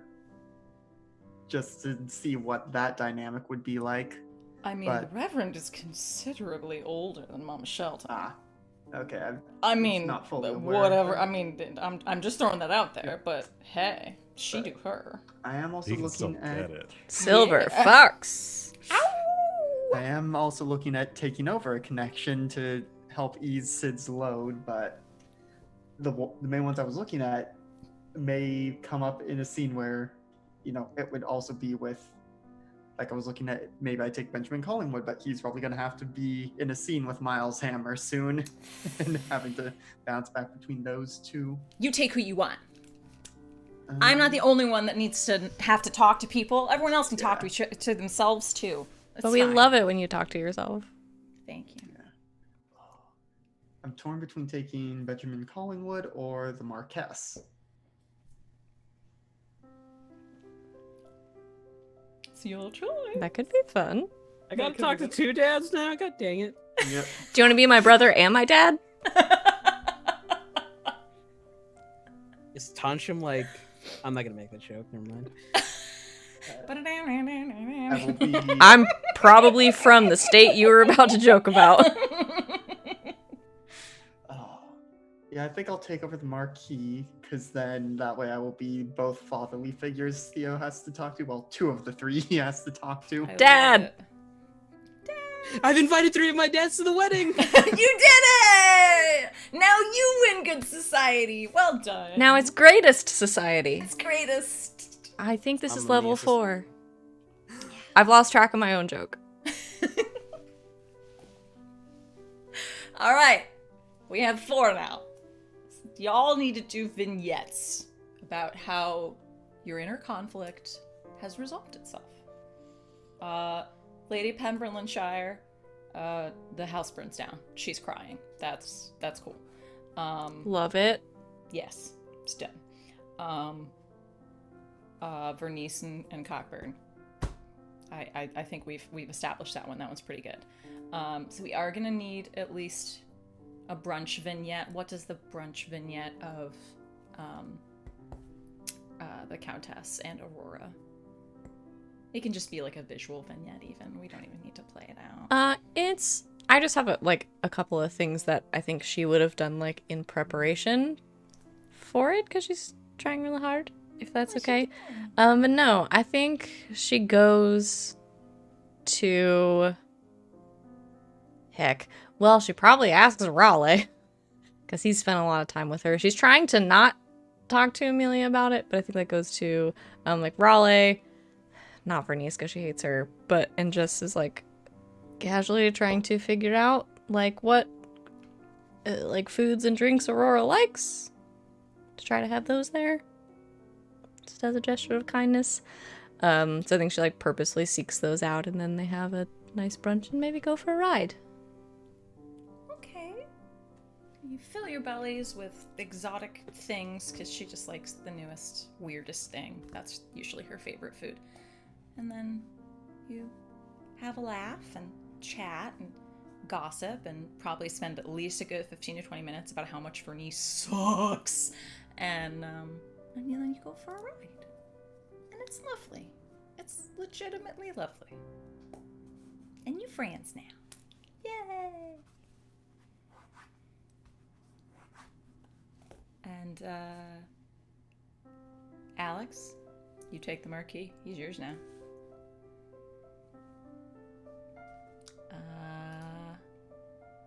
Yeah. Is it time? The time to do this party? Here's what I will charge you all with. We'll get started on the party. Give me your vignettes. We'll just take them when we're ready of how we have overcome and changed in our inner desires. So take a peek, and we can incorporate it into preparing for said party. I think, at least for Grover, passion clearly won out over convention.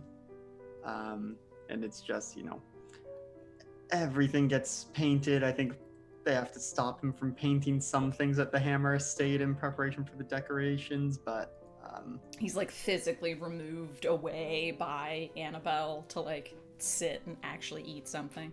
Yeah, but especially with the upcoming announcement that Theo will be legitimized, and then he can make his relationship with Rose public. That means that Grover and Annabelle's relationship can finally become public. So he's just getting all sorts of giddy.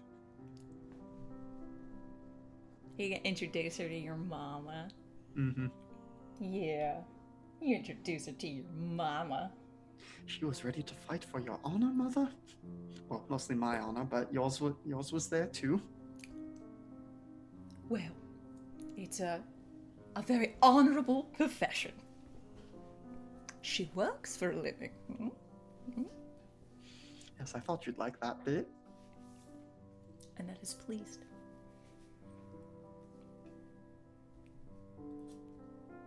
What else we got? I got an even spread on mine. So Theo is at the Hammer Estate. It's pre-party, about to start. He is dressed nicely for once. A maroon overcoat with a white shirt. He's still borrowing George's pocket watch because he couldn't afford his own. It wasn't a lender. George gave you those as gifts. And he's standing there looking in the mirror. I'd like to use a token to have Miles Hammer walk through the door. Mr. Hammer, do you find this acceptable? Take a token, Mr. Hammer. Why does he have so many? Because we never spend them for connections. It's ridiculous. But when did he get the other 3? Or other 2? I think he at least at one point got yelled at by Mildred, so there was that. Yeah, that was probably me. Yeah. I say, Mr. Wilmot, you do cut a rather dapper figure when you clean up. Thank you, Lord Hammer. And he's adjusting his cufflinks. I've come to realize something in my time here in Tonsham. If I wish to be legitimized as your son, I should probably start treating you like a father. So if you would allow me to do so. I suppose. Given the nature of our relationship, I'm not entirely sure what a son does for their father. Heavens knows my own relationship with my father was not much better than what we have. All things considered, I didn't have the influence of an actual father, just the reverend at the church. So I guess this is a storm we'll have to weather together then.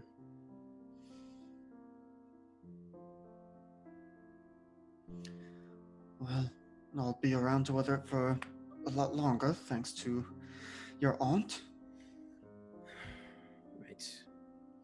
I'm quite sure this plan of yours won't get me murdered in my bed.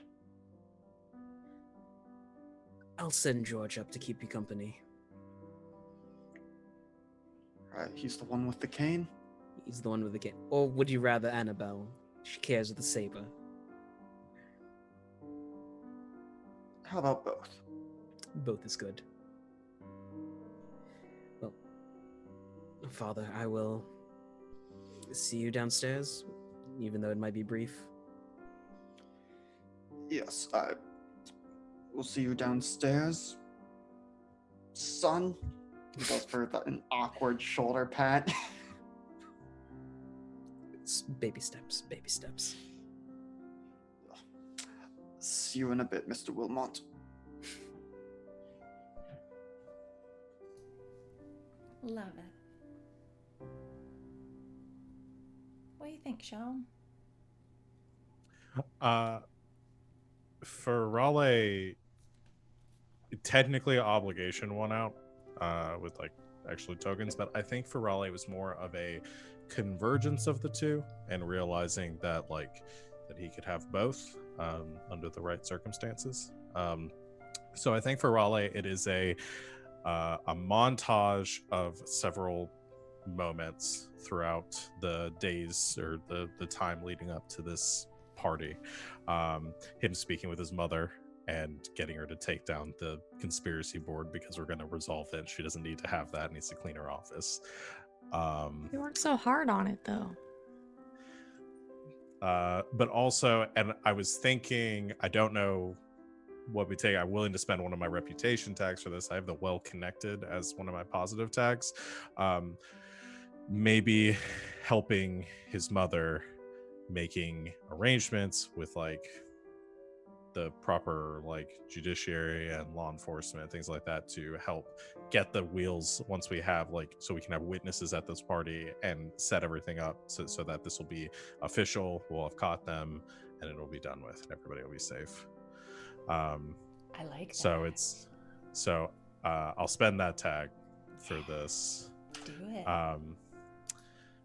And yeah, so a couple scenes there, and then also like meeting Aurora for brunch, getting to have a little bit of like his normal life, trying to balance things there, spending time with and then going with his mother to Mr. Hammer's estate, probably before that scene with Theo, to like fully give his endorsement, to be like, I'm stepping, like I no longer am, like I fully think that you should name Theo as your heir, and I don't want you to, that he doesn't want Mr. Hammer to consider him for it because he does have a son.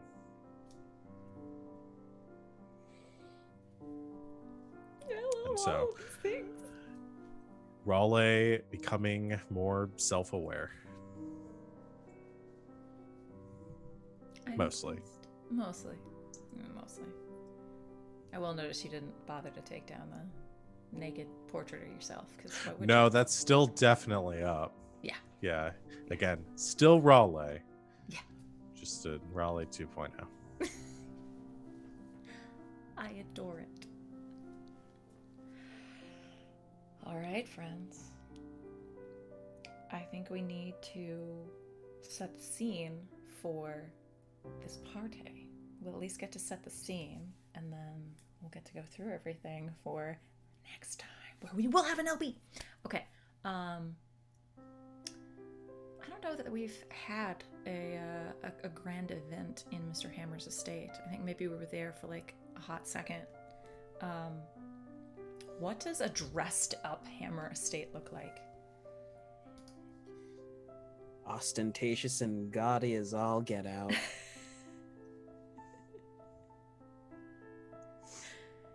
Are we talking like a color scheme of some kind? Like, I was imagining his home was like a lot of hunting trophies and things like that kind of spread around. So it's very, like, typically very dark and very kind of like, again, almost like a hunting lodge. Yeah, that kind of thing.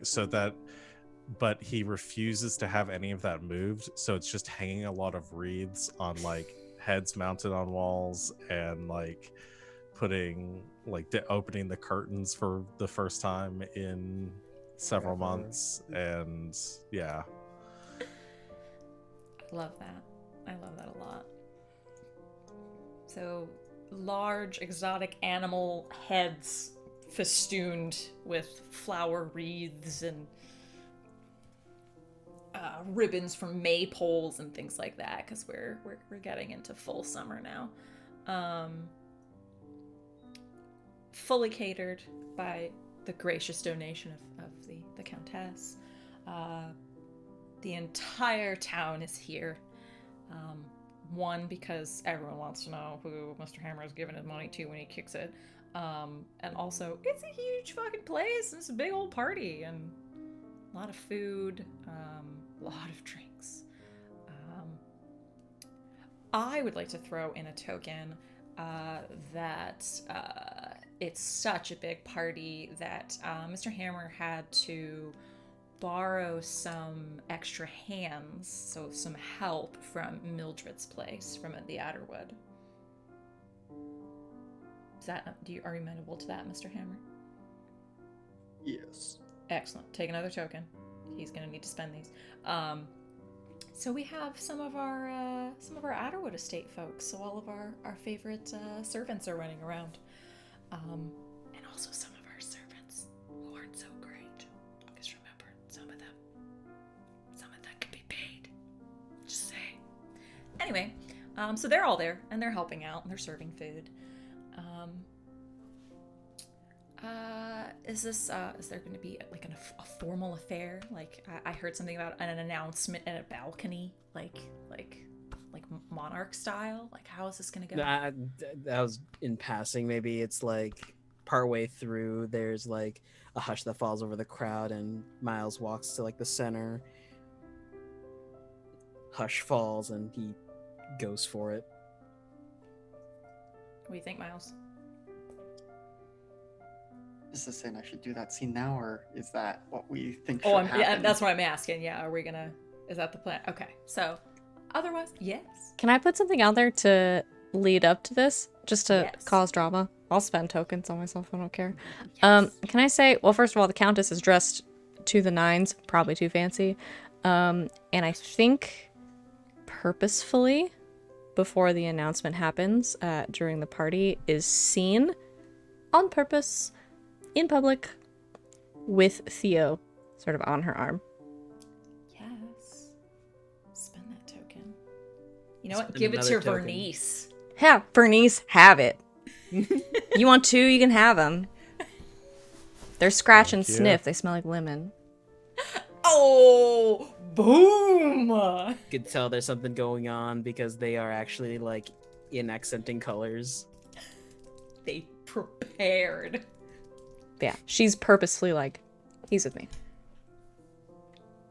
Yes. But I imagine we've also, like, leading up to this, had like spread throughout the community, like a couple of rumors that like it's Theo's the one that's being named and stuff like that. So it's not like a surprise, and it's something that like people would that Madame Dupont and her ilk would know about.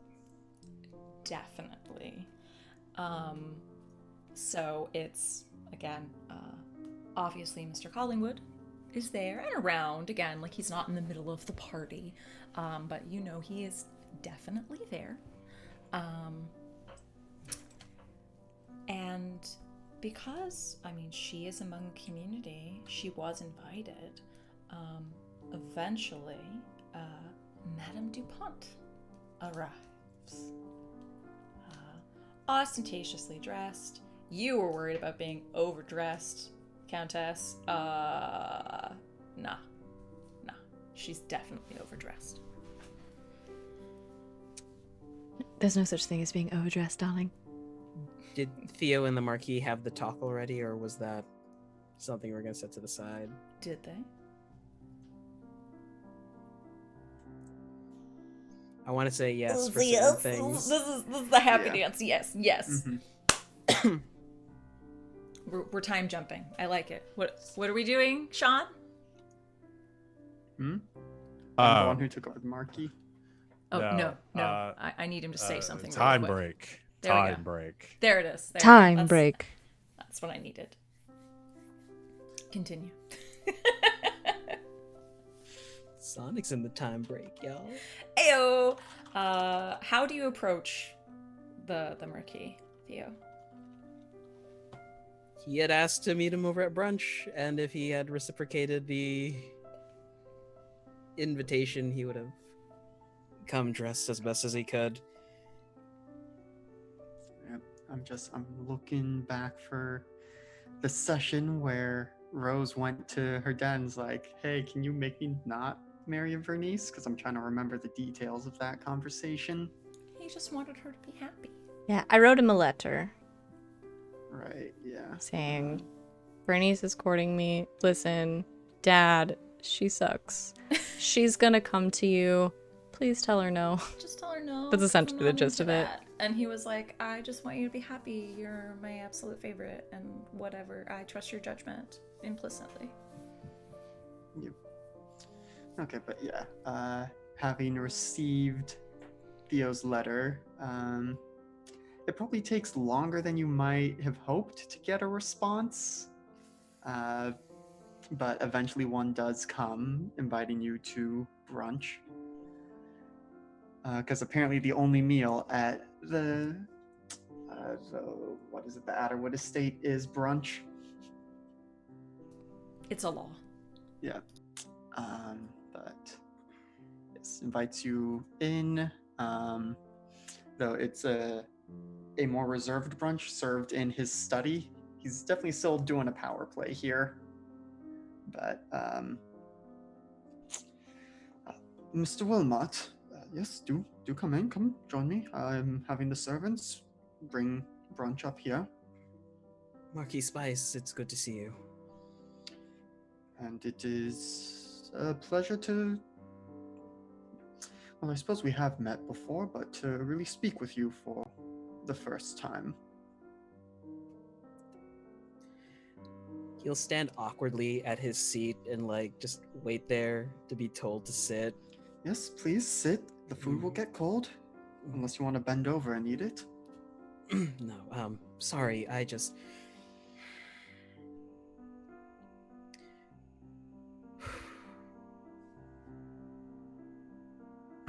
I'd like to speak to you about your daughter. Yes, about Rosamund. I trust my letter found its way to you if I'm invited here. It did, yes. I cannot promise her, or I cannot promise to have all the wealth in the world, but I do promise that I will try my best to keep her happy. I promise that I will keep her happy. I don't know what else I can say. I'm lowborn at best.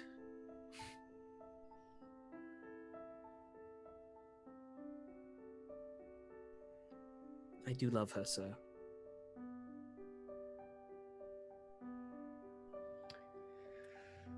Well, my dear boy, I certainly admire your candor. The other day, my Rosamund came to me and spoke to me of a somewhat similar matter, that there was someone who had perhaps been courting her, that for outward appearances would have been an ideal match. High in standing, good family, able to provide, but do you know what my dear Rose came and asked me? Theo will shake his head. She asked me to think of her happiness. And as you might be able to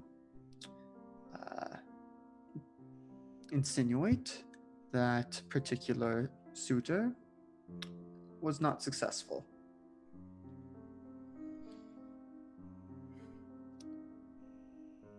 It is the desire of any parent for their children to be safe, to be healthy, but most importantly, though we might sometimes act otherwise, we do wish for them to be happy. And so if you do believe that you can make Rosamund happy, then I suppose I shall have to confirm my blessing. Though I will say the rumors that you are Hammer's soon-to-be announced heir did factor into this decision.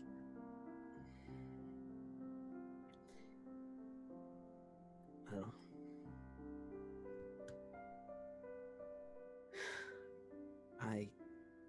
I don't know what to say, sir, but thank you.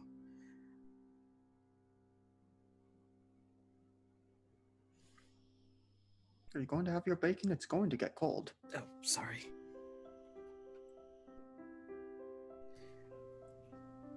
If Rose and Aurora are having that brunch downstairs and they finish it at the exact same time, Theo's walking out of the office. He sees her, crosses the hall in a few steps, picks her up and kisses her.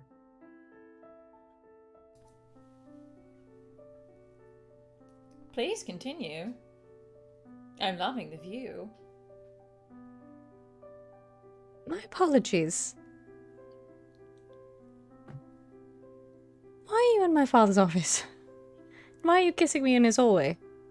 He By said the yes. smell of him, he's having brunch. He gave me his blessing. For what? To marry you. To marry you, you idiot. Your Honor, sorry. I don't know how formal we are yet. We're not. What? I wrote to him about us. I had brunch with him just now. I petitioned myself and he said yes. You didn't tell me. I told you I was going to do it. Starts hitting him with a fan. Did you think I was joking? Say anything to me. I told you at the beach, I said I was tired of being hidden away. I was going to write your father. You didn't tell me you did. I didn't have enough in my epistolary phase.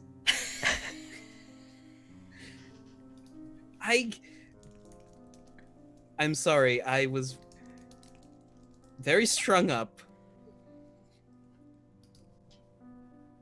We're going to be married.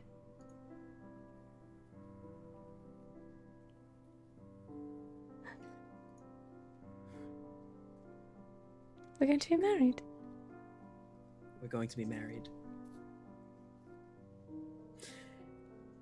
I also wanted to talk to you very quickly about how this would work.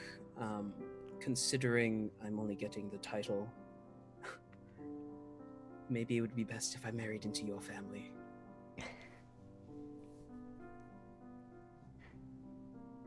All right. Theophilus Spice has a very nice ring to it. She's right, you know. Lord Spice.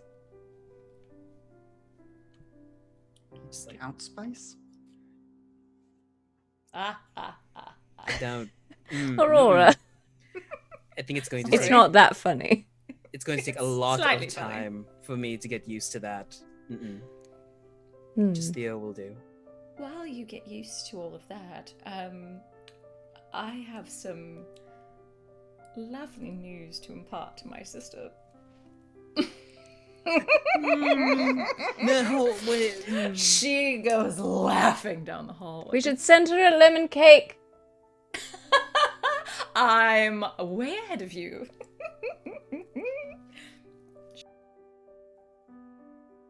She shall take her leave of you, laughing her ass off.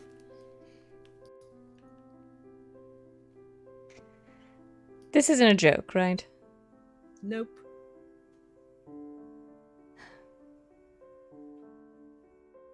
It's not a dream either. Pinch his own cheek. At least I don't think so. Pop him again a little bit.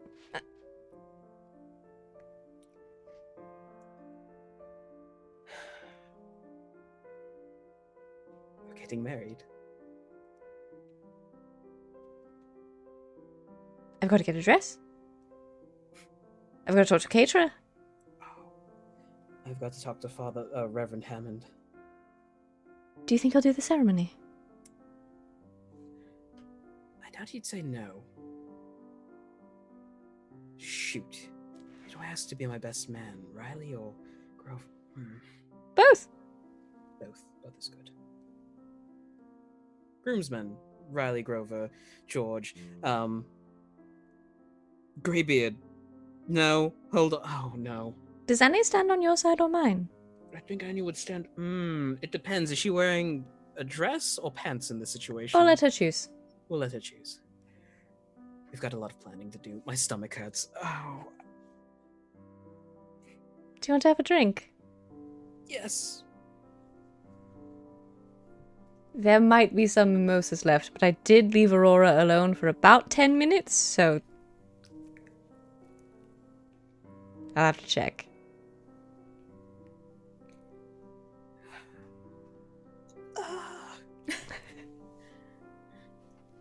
You have to send one of the servants to get you more mimosas because they're gone. But you have a drink. Just the to settle champagne. your stomach. You have some champagne to celebrate.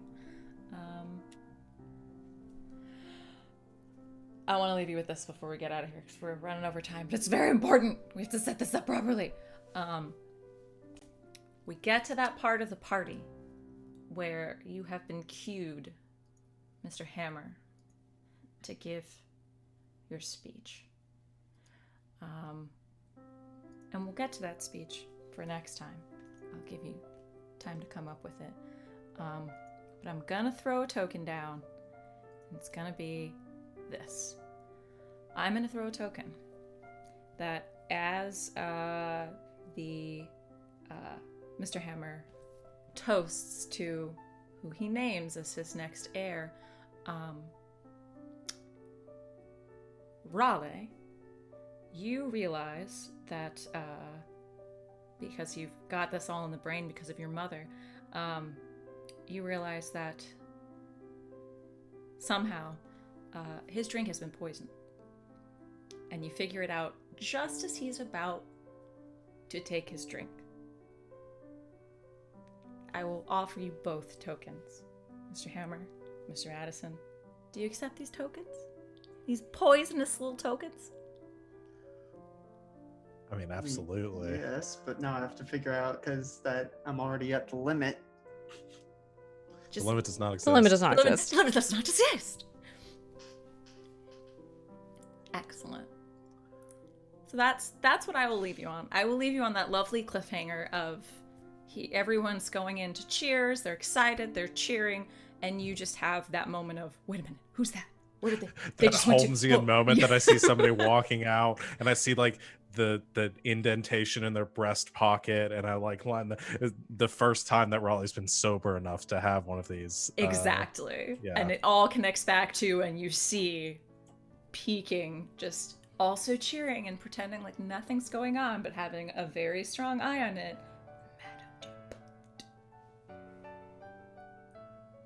And that's where we'll end for tonight. Yay! So, as it turns out, we did need just one more. We can't help ourselves. We need one more session to draw together our lovely tale of elegant suffering. But that's not all the good, greatest society that we've got for you. We'll have more. Oh, we'll have more. Believe me, we're gonna need session 0 for this. But we're gonna have more of these lovely, elegant things. But they might include some expansions. You know, we'll talk about it. We'll get into it. It's fine. It's no big deal. But yeah, we've gone over, so I'm gonna stop talking, and I'm gonna see if anyone else has any last things to say before we say goodnight. Anything else for anyone? I'll plug my stuff because I have 2 new shows coming up next week. Do it! So I'm on this channel every day but Monday and Wednesdays, because on Mondays, starting next week, I'm going to be on twitch.tv/encounter roleplay at 8 p.m. Eastern Time. We're starting a new season. The first season was Lessons in Deep Magic. This season is called Song of the Deep. And we've got a whole new source book that we're working with, a whole new setting, and there's a lot of snow and maybe some steampunk. I don't know. But 8 p.m.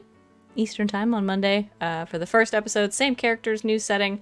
It's going to be really fun. And then on Wednesday at 6 p.m. Eastern Time, also on twitch.tv/encounter roleplay, I will be running a game of iHunt. It's called Hustle and Claw, and it is about millennials hunting monsters in the gig economy when getting evicted is scarier than staking a vampire. Coming out with this. It's going to be really fun. Every other day I'll be here. It's awesome. It's amazing. Thank you so much for hanging out with us. Thank you for coming along this crazy good society ride with us. We shall have an LB. I have not 100% confirmed this, but I've gotten about a 70%, and I'm just going to say it. We'll have LB next time. It'll be great. But yeah. We say your name 3 times, she'll appear. LB. We'll try it later. Thanks again, everybody. Again, check out our Twitter page. Check out our Discord. We have a lot of really fun, delightful, and, very serious conversations on there, too. I'm just saying, just check in. Hang out with us. It'll be great. Wherever you found us, either on the Twitch live or, on the YouTubes, because you should check those out, too. There's so much content on the YouTube page. So much. But yeah. Until then, friends, a good game, and good night, Internet.